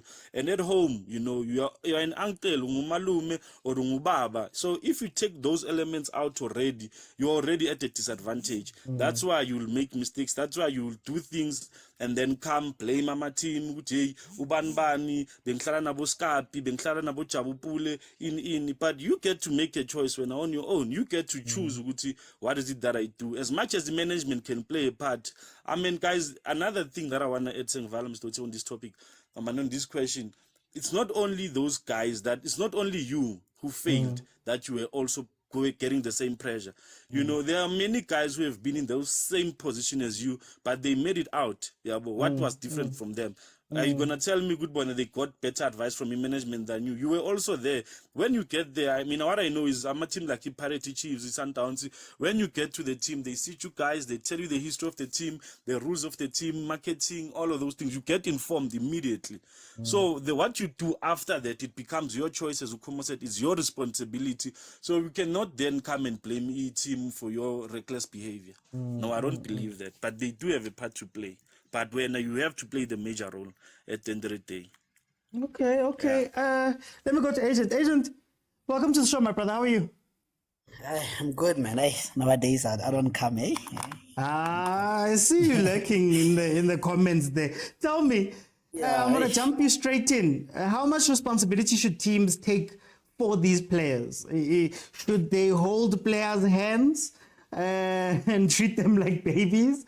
Or should it be a business, straight business, cold-hearted? I give you your money, you do whatever you do with the money. If it affects your performance, you leave. How much should they interfere with these things, in your opinion?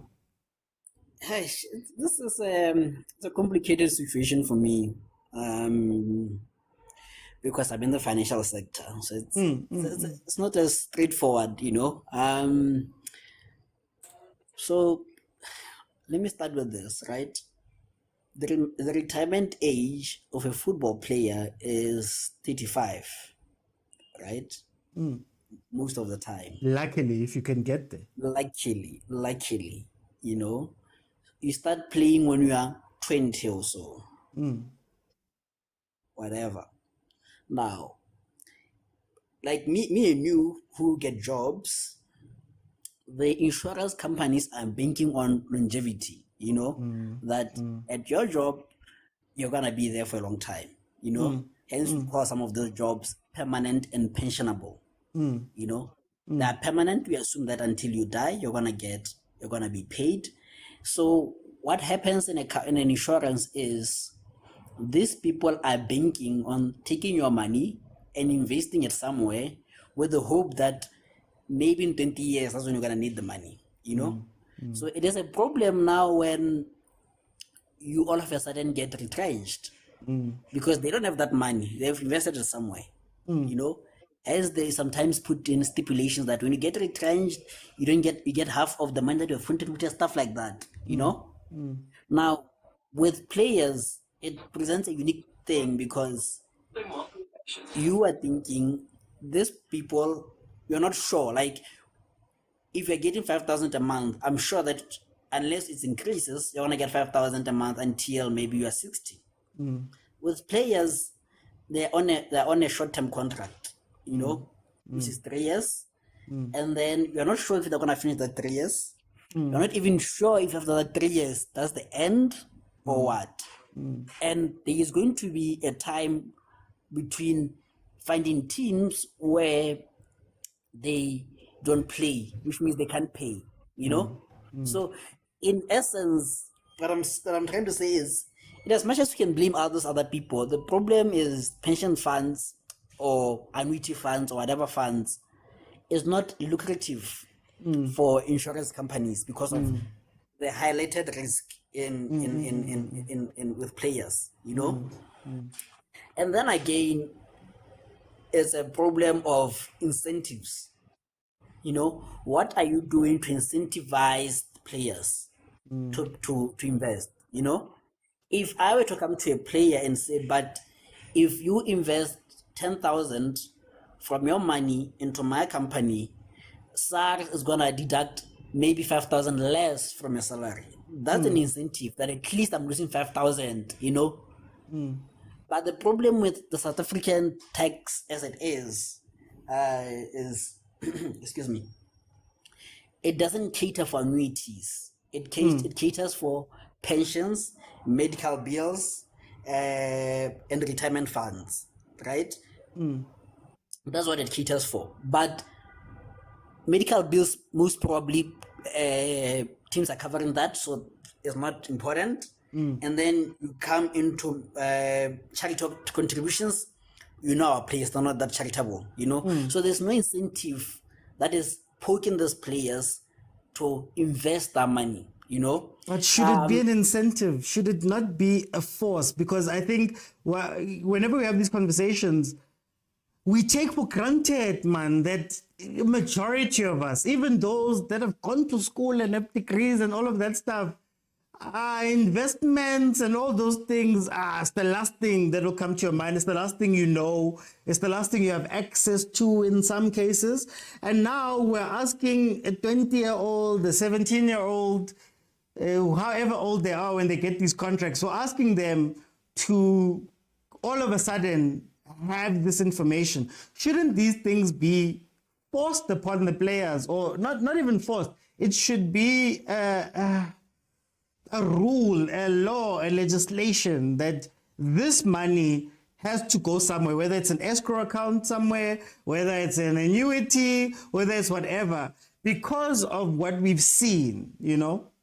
The problem there is, under what law, like, are you enforcing that? You remember, in terms of deductions, everything that we are going to mention, for me and you, it falls under tax deductibles, you know, your retirement funds, what, they fall under retirement, you know.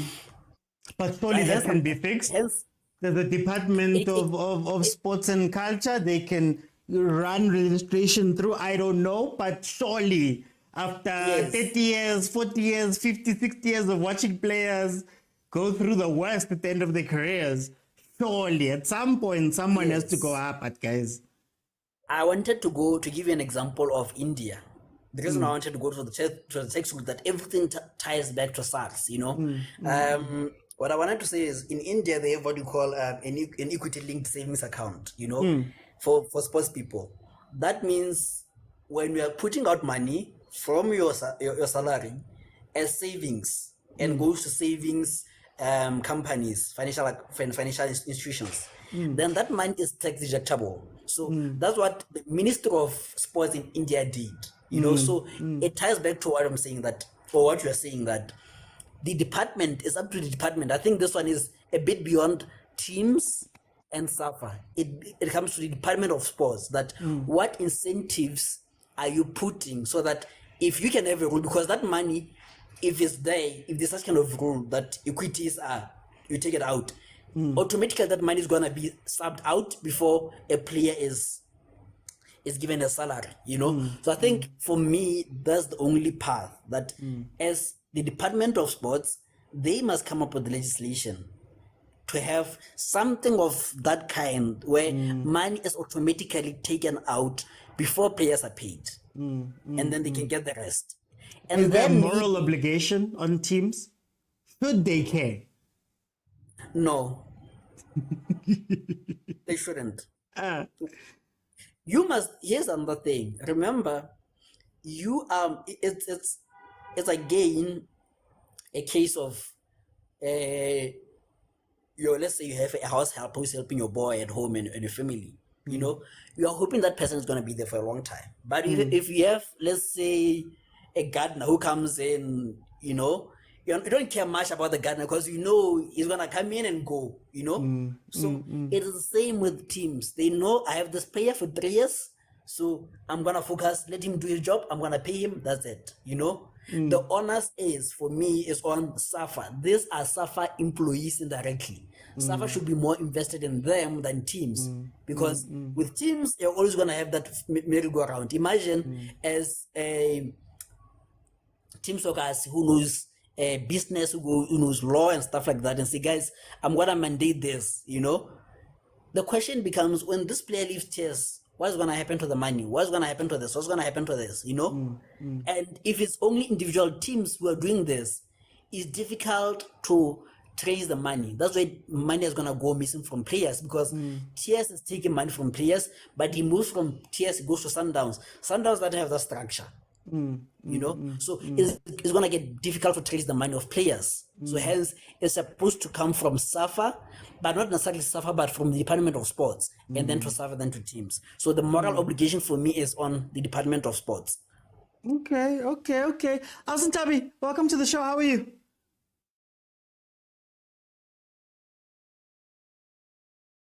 Alison Tabi, are you with me? There we go. Maybe Vodacom go tshwere ka di-washing. No, I usually tšhelete wa tseba.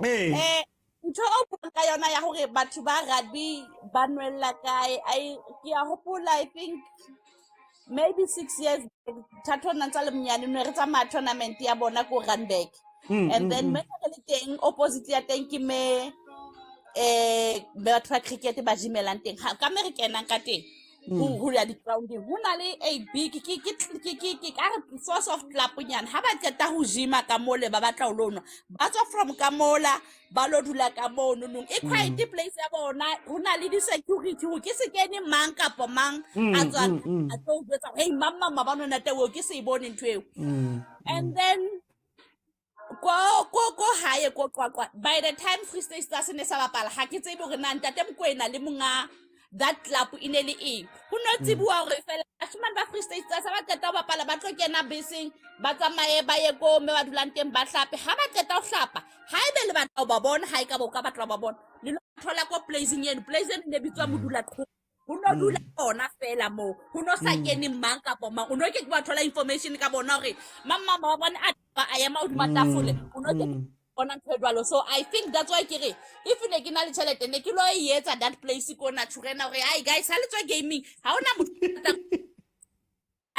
I and ha ona motho a tsamang ha iyo totally ha iyo ha le khutla la batwang le kena ka mo ka phapong ya lona le yana motho ha ikutlwa go shapo it's either wa robala kapo o tlo drive mara ha ona motho a totswa ka koloi hape a lo cause di accident tse sa hlokahaleng ko teng ha tseta ho nwa mona ke club house ya lona o robala anyway roba and then the following day tsamaya ko ntlu. Should teams be responsible for ntho tsena? Should they be? Or re ba fa mosebetso o mong hodima mosebetso ba na leng bona now? No, tle ba tlamele ba be le yona OT naturena ha e be le e pap ya club ya bana ba bona hore ha ba ratse ba hore ha ba tswa gaming ba ratao so ha ba ne ka mo batao ha ga tsa ha e be le ya bona me ba dulang teng ba be le place ya bona isin batle mona ditšhaba ha fitla ditšhaba mona na le moni yelwa ibile nna ntse ke mohloile moshimane wa Pirates ke tla fitla ke mothula fela ka bo ntho tse ding ba le mala ntho tse ding ka ntho tse sa hlokeheng tsene di sa e be di a etsala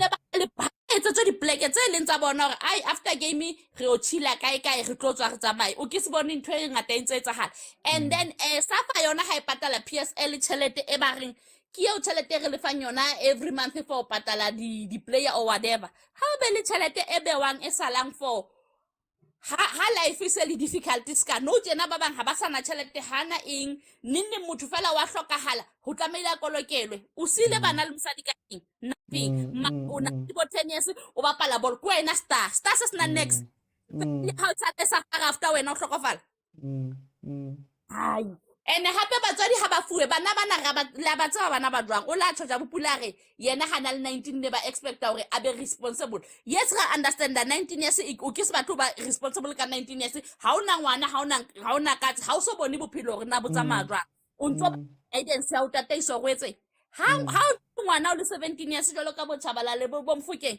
ha o fuwe paying ya ha o ntse go tlo gola 10,000 ba o ntse go mofukeng re tlo fa 4,000 6,000 re tlo fa batswadi ba ha o ke bona ba tlo bona hore na ba e manager jwang that's all because ho fa ngwana tšhelete that's why ba wela le ntho tse sa hlokeheng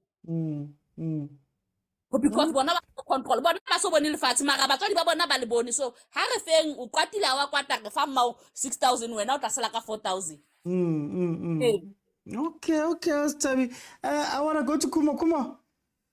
Part of my mind says that some of these things are not there because somebody stands to benefit.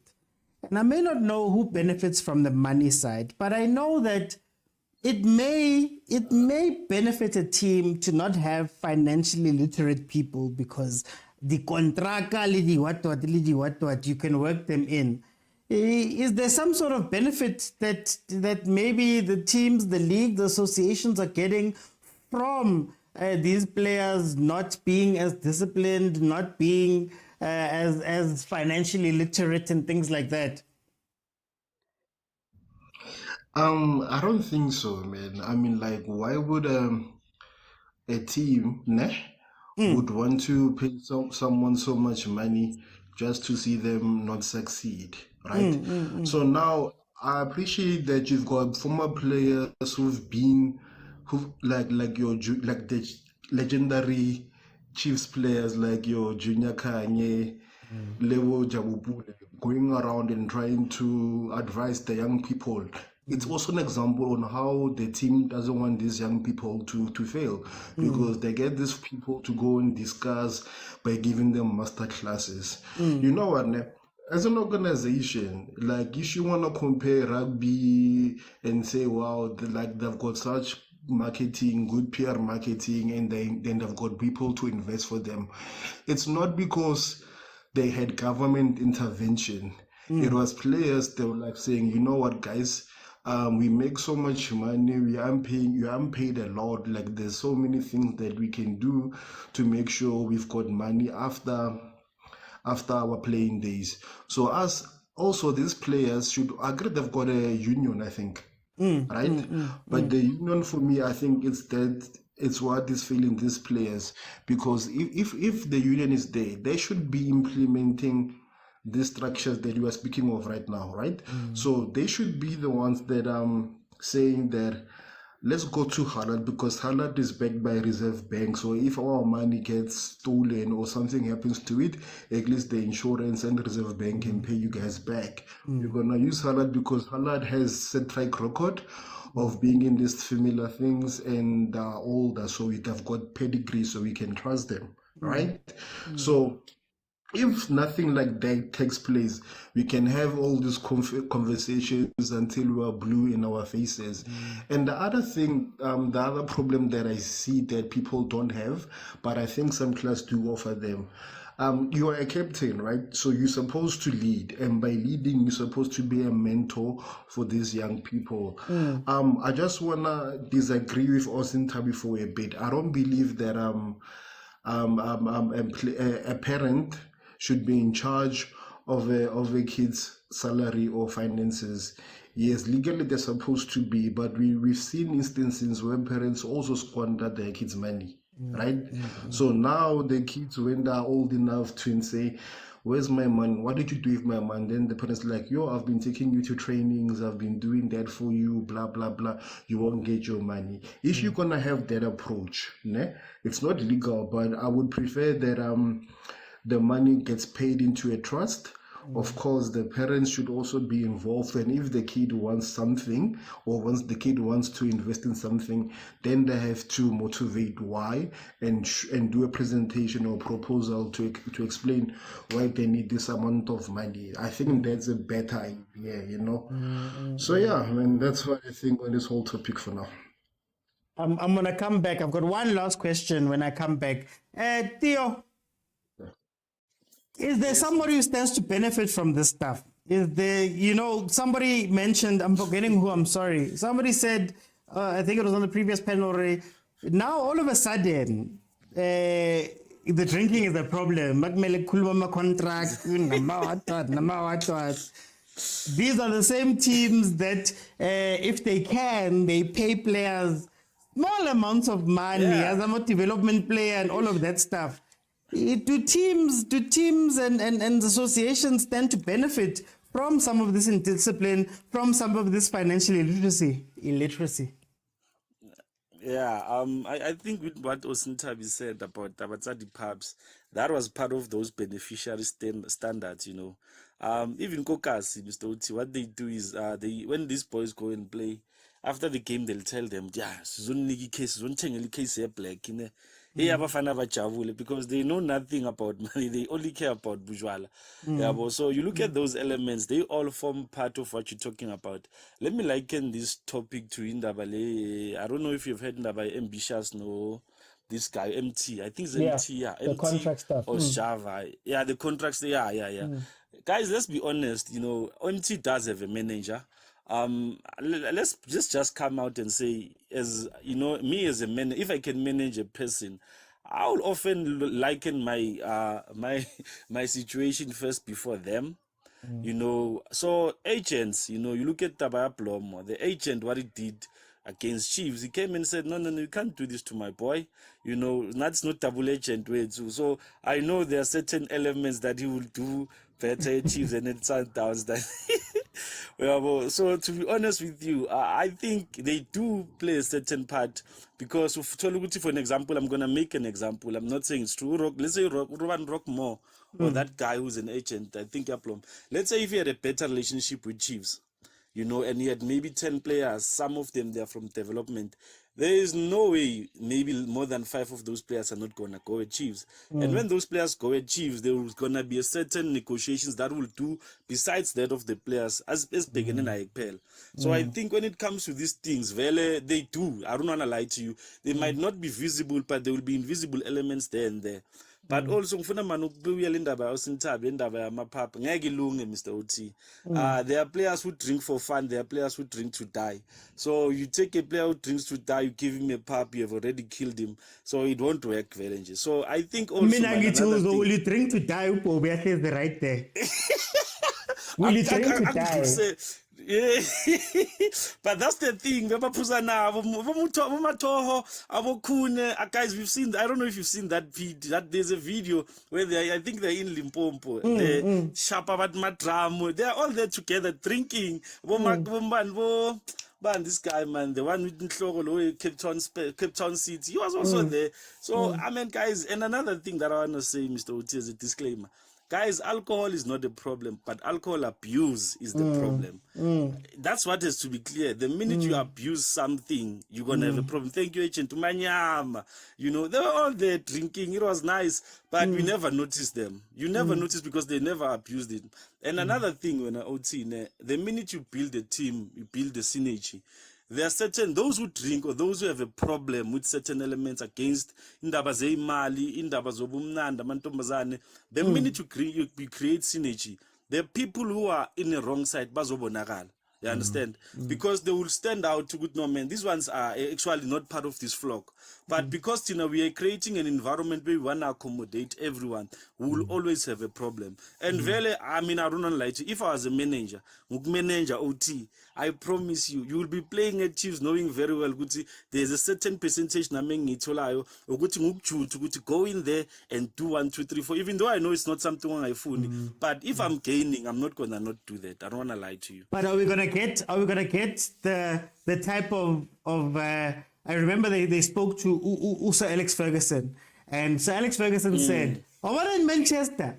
I had every club on speed dial. If you drink and you're getting drunk, now what to say? I'll get in the car and I'll come to the club because the club would have told me.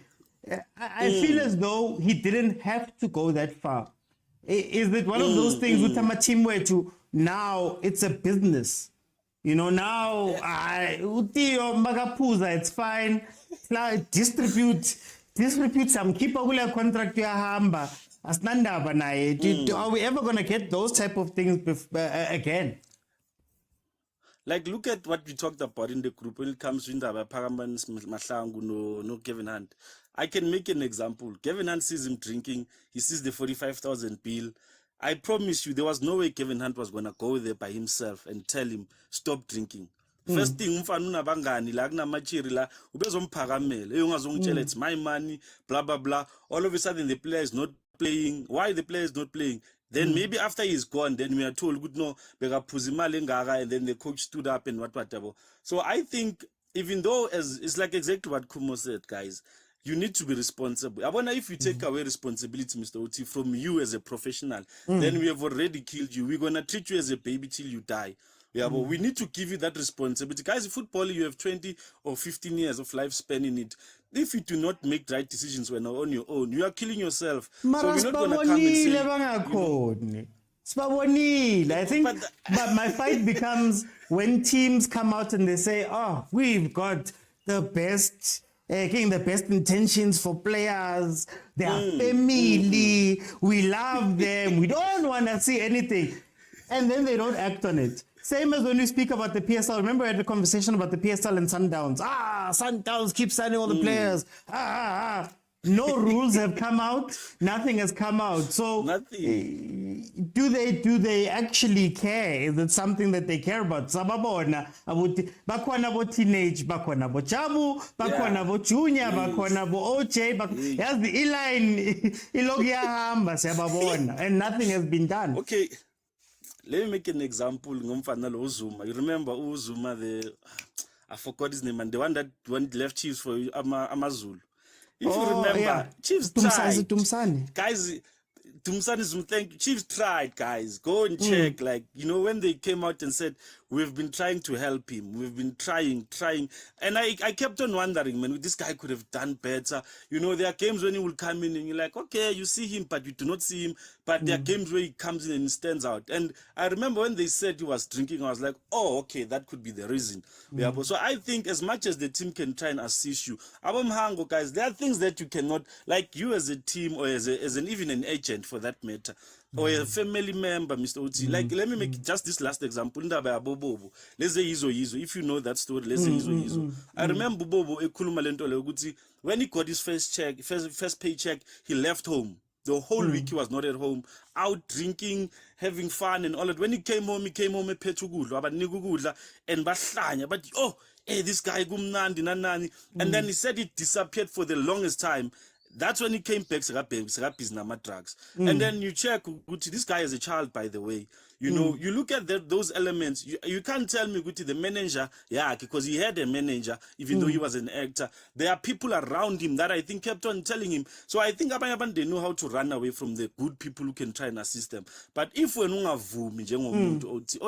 it's like when you're an alcoholic, I cannot take you and say I'm gonna put you to rehab. It's your choice. My problem is that you're dealing with the end. I mean, I want to deal with the beginning. Before le mali ingena kubobo. If I was a good manager, I would come to him and say, boy, you're young. Let's sign a deal that does this. No, my savings account is CKI. And we say, mangene le mali. No, we are hamba. Washayela matrags wako onke. When you come back and you come right and your head is fine, imali sikubekele yona. You get what I mean? Same no Zuma. Zuma knew ukuthi ngihamba from the Chiefs ngizele lapha where they're not gonna care. You get what I mean? But if all the teams had the same roles or the same structure, bozo yapi. You get what I mean? Now we're usebenza. If you can earn 100,000 by me, or you can earn 80,000, sikubekele 20,000 ngale. You're gonna come to 100,000. We're gonna get 100. You get what I mean? Actually, Mr. Uti. But what I want to say, if our black talented people could have taken their talent serious, look at a guy like Uzola, guys. I'm not shaming them, Look at a guy like Uzola, Ubongani Fasi. I remember listening to Podcast and Chill. There's this guy, I forgot his name. He came and he was like the manager of Ubongani Fasi. After Uprenda died, the guy was trying to assist him, in Dabazei Mali. Like he gave him a house, a car. Okay, as I'm saying, back to your question, there's no way there won't be a black hand there, Mr. Oti, or a left hand. Manisandla Semfen in other ways. Corner that will take something and put in the pocket. It happens. It's money after all. But yeah, thank you, Aputiputo. It's Lance. Lance said, I assisted him as best as I can. But Umfana came back and said he stole my money. That's the thing. Even though it's even at Caesar, after some time, they stole my money. So that's why I'm a team, they want to be away. And you eat your money, you kill your career, but when they will have benefited after all. Okay. Agent, in high school, I had a principal. At our high school, they kept a file on you. Every time there was something wrong, a teacher would write on the file, and there was different levels and all of that stuff. So that when it comes time, good day, agent, I'm done with you now. There's evidence and all of those things. And not to say that teams are doing it now. Are there people that stand to benefit from these ill disciplines? Maybe we keep quiet about all of your transgressions up until a point where we need to get rid of you. Think of Aubameyang at Arsenal, for example, and all of that. Even on the financial side. If you don't know about money and all these things, and maybe your agent is in with us, I can give you a shitty contract, a bad contract, a bad contract, and you won't know. Is there that sort of thing? Yeah, hey, Model C schools, hey. You had files, hey. We had steak, files. How's we had steak, They hey? tell you, hey, Mr. Agent, you spat in his class 17 times, Naila. So when I expel you can't say anything, hey. Our parents would see with our bums itchy that we are naughty and they'll beat you again. But anyways, It's not my influence, but I don't think they benefit because they give these players bumper contracts. I mean, unless if they're giving, except for development players, unless if they're giving them nonsense contracts, then I would say they're benefiting somehow from the players' financial illiteracy. But the fact that they're giving them more money, it means they're not necessarily benefiting anything. But what I'm interested in is, I've been listening to you guys. I unfortunately listened to the first panel that much. We are going around the topic, which I thought, you guys would address, excuse me. What is causing these players to squander money? What is causing these players? What is the root cause, for these players to squander money?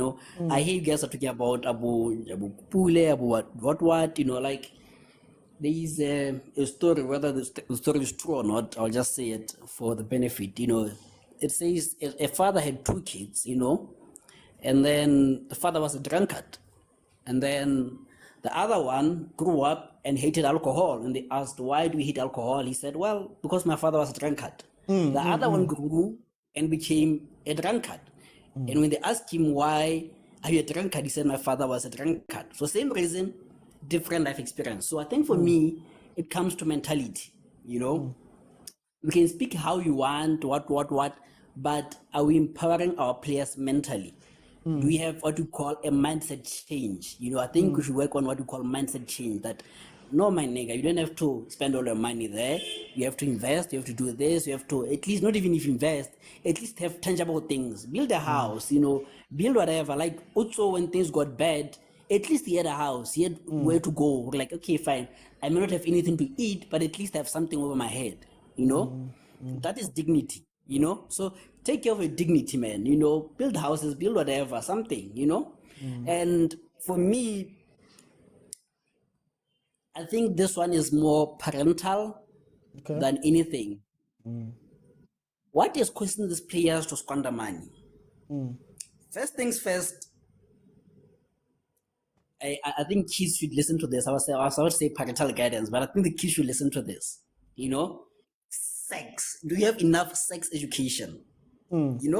Because most of the time when these players spend money, they're spending on slay queens. To get what? You don't just spend money on a lady to just, you want something in return.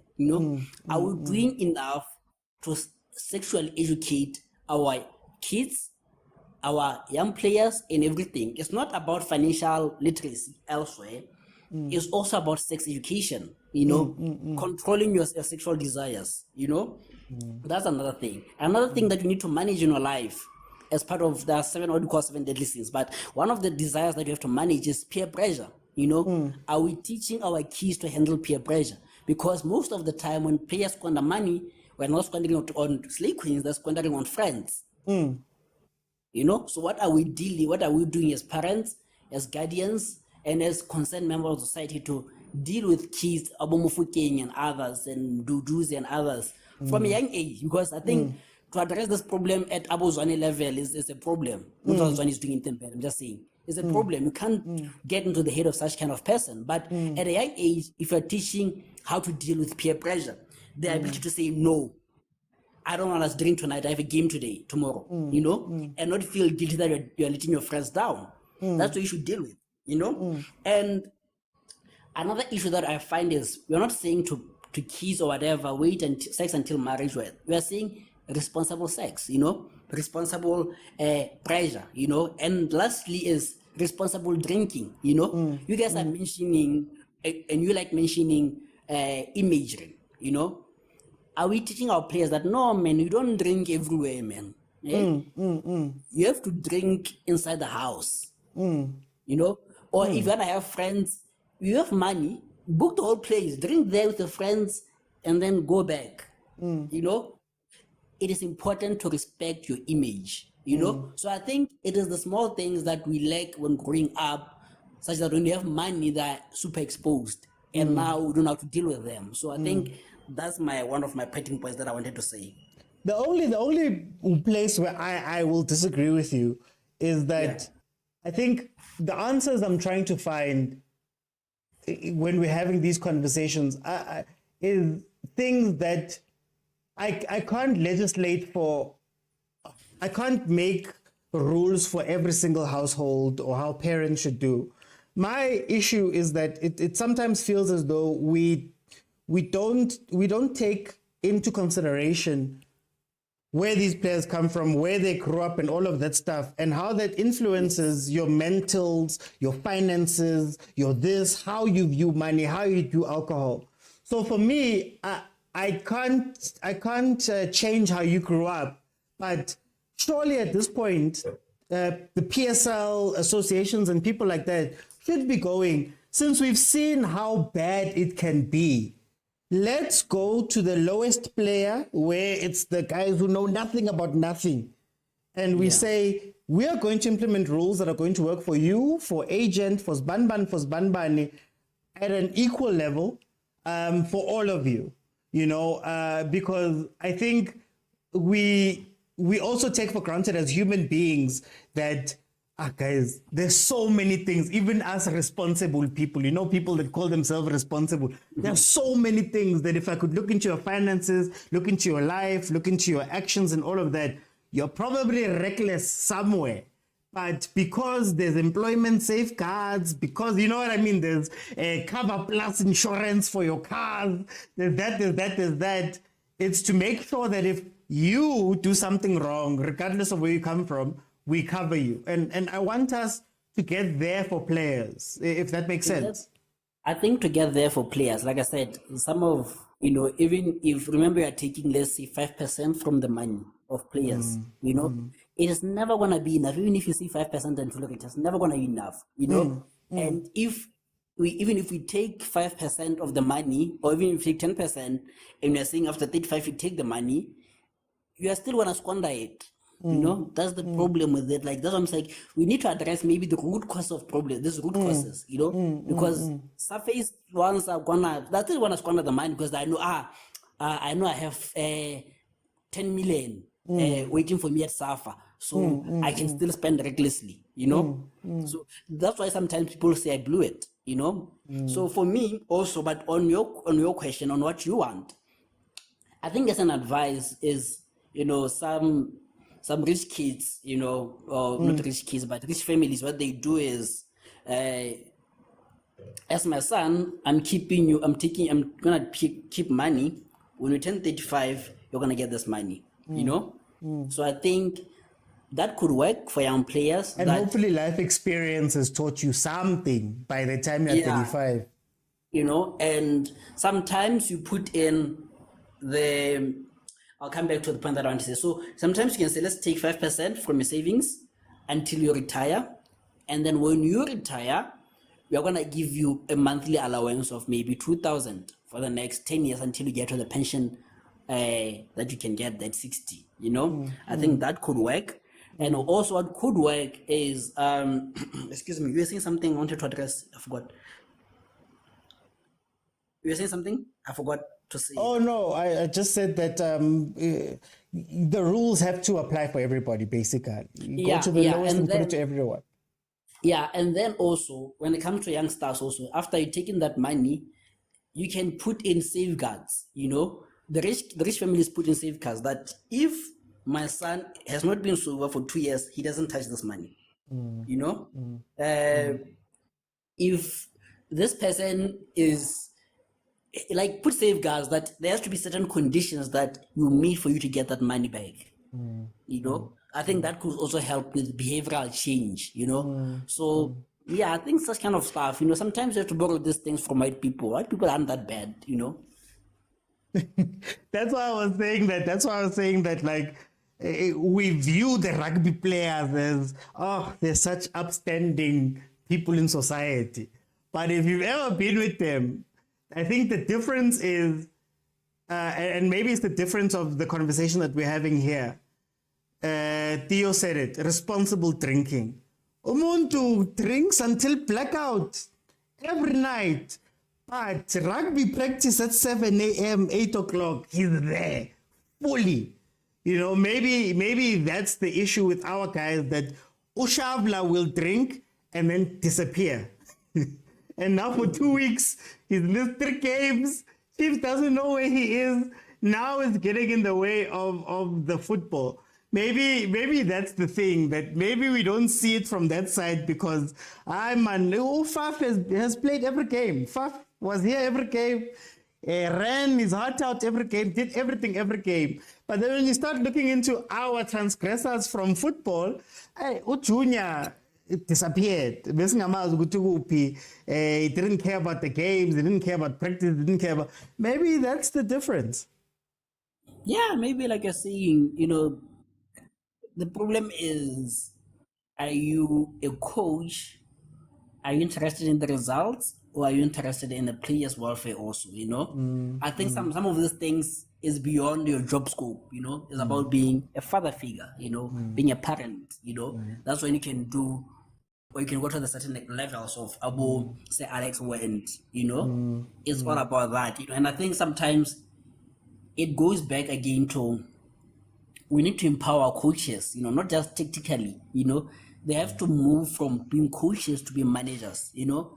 A manager can come in and say, you know what, like I say, even though they've had a fallout, Sancho and Eric Ten Hag, he saw, man, hey, this guy is having problems with arriving to training late, you know. So let me mandate a earlier training session for him, so that even if he's late for that one, at least he's not late for the main one, you know. So that's what we call being a manager, you know, and that differentiates you from being a coach. That means you're not just interested in the results, but you're interested in the welfare of players also. That's why you could take him out and say, go to Netherlands, deal with your stuff, and then come back, you know. So, and I think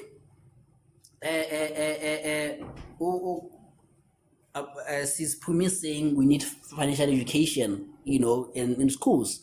We need it, but can you comprehend what is being taught when you have money? Eh? Can a black kid in Akasia is very shit. In some neighborhood there, you know, can they understand what they're talking about investments and doing these things? Because we are growing up in families where it's mouth to mouth. Even us adults outside of Kokasi, in suburbs. Yeah, you know. So yeah, but I think, like I said,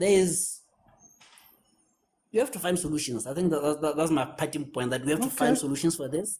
And I'm open for ideas. We must say these ideas, but the problem is we are seeing them here and we don't have any power.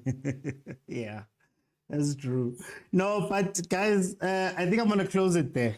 We've gone on for a while. I'm going to be back at 7:30. My closing statements is, guys, and I think sometimes when we speak about these things, we lose the human part of these conversations, you know. It's not a one size fits all. Some people drink because of certain things. Some people drink because of other things. Some people have different life experiences that make them do certain things. Some people are responsible as people. Some people are not, right? So sometimes when we speak about these people squandering money and all of that stuff, that's why I advocate for the quote-unquote adults stepping in and helping the players. Helping a player is not non-compulsory finance classes. If I am not a responsible person, I'm not that person, or I grew up a different way, I might not go there just because I don't want to go there, right? It's making sure that from the salary, there's this much that you put aside. Making sure that those are tangible things that you can do to help people out. Over and above, maybe going the extra mile and finding out, why do you have these problems? Why do you do this? It's protecting them. You know, when I say rugby players and things like that, white people are extremely guarded about what you know about this person, what you hear that's gotten out or whatever, and they deal with these things. That's why you don't find scandals of rugby players on TV. You know, meanwhile, go football, it feels like they just let them go, and whatever story comes out, and whatever leaks, and all of that stuff. Those are all parts of culture. We speak about mentorship. We speak about all these things where you go, What are clubs doing to make sure that the players find the right mentors? You know, that it's not just you've arrived, I've given you money, now you are just living your life. You are figuring things out, you know? And maybe keeping some of that salary, it might be futile when it's 35, it might want to go spend money. But it's also saying that a 19-year-old soccer player and a 35-year-old soccer player with the life that they've lived are two different people. So give them a fighting chance at the end, especially if we have a responsibility. The teams always say they've got a responsibility to these players, right? So look after them. We can't still, in 2023, in whenever, still be seeing these stories and still be hearing this and teams are saying that and nothing has been done. That means it's going to carry on, guys. It's going to carry on. I'm still going to come from Kokasi. I'm still going to come from the rurals. I'm still going to come from the suburbs, you know? We need to put in those safeguards. And maybe let's make sure that when we're changing culture through actions and not just these nice words, man. Hey, as we've got all these nice, very nice words and speeches and things that they say. But when you look at the things objectively, you see that there's an issue. But anyway, guys, thank you so much for joining me. I'm going to be back at 7:30. We're going to be watching the Pirates game. Pirates is going to be playing at 7:30. So I'll see you guys then. It's the watch along. And join me. Let's watch some football. Mara ninanfuni ngama gift, guys. Ninanfuni ngama gift, but it's fine. Retlalibona later on at 7:30. Thank you guys for joining me. This show is on every Monday to Friday, 12:30 in the afternoon, and Monday to Wednesday at 8 p.m. We also do watch-alongs, as we're going to do tonight, as we did yesterday with Banyana Banyana.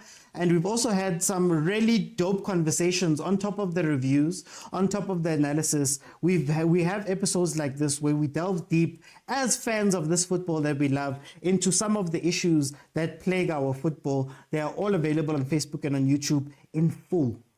You can watch any of the different panels, any of the different conversations we've had. They are available on Facebook and on YouTube. So do me the favor of subscribing on TikTok, subscribing on YouTube, following the TikTok page and following the Facebook page. And also, if you want to join us on WhatsApp, a lot of these conversations start on the WhatsApp group. We have an Overthinking Football WhatsApp group. To gain access to that, just head on over to YouTube, subscribe, and then click join. Join will allow you to join one of the memberships. Cheapest one is 20 Rand, and you'll gain access to the WhatsApp group where we have, hey, these conversations are fleshed out. Agent and I went back and forth for hours on disciplining players and how managers manage discipline and things like that. We have very cool conversations there. And also Fridays are members only shows where the general public will be able to watch, but only us as members will be able to interact. They bring in the topics. We have very great discussions there. Thank you guys so much for joining me. Watch along, 7:30 for Amapagapaga. See you guys then. Thanks, Pumi. Thanks, Igwe.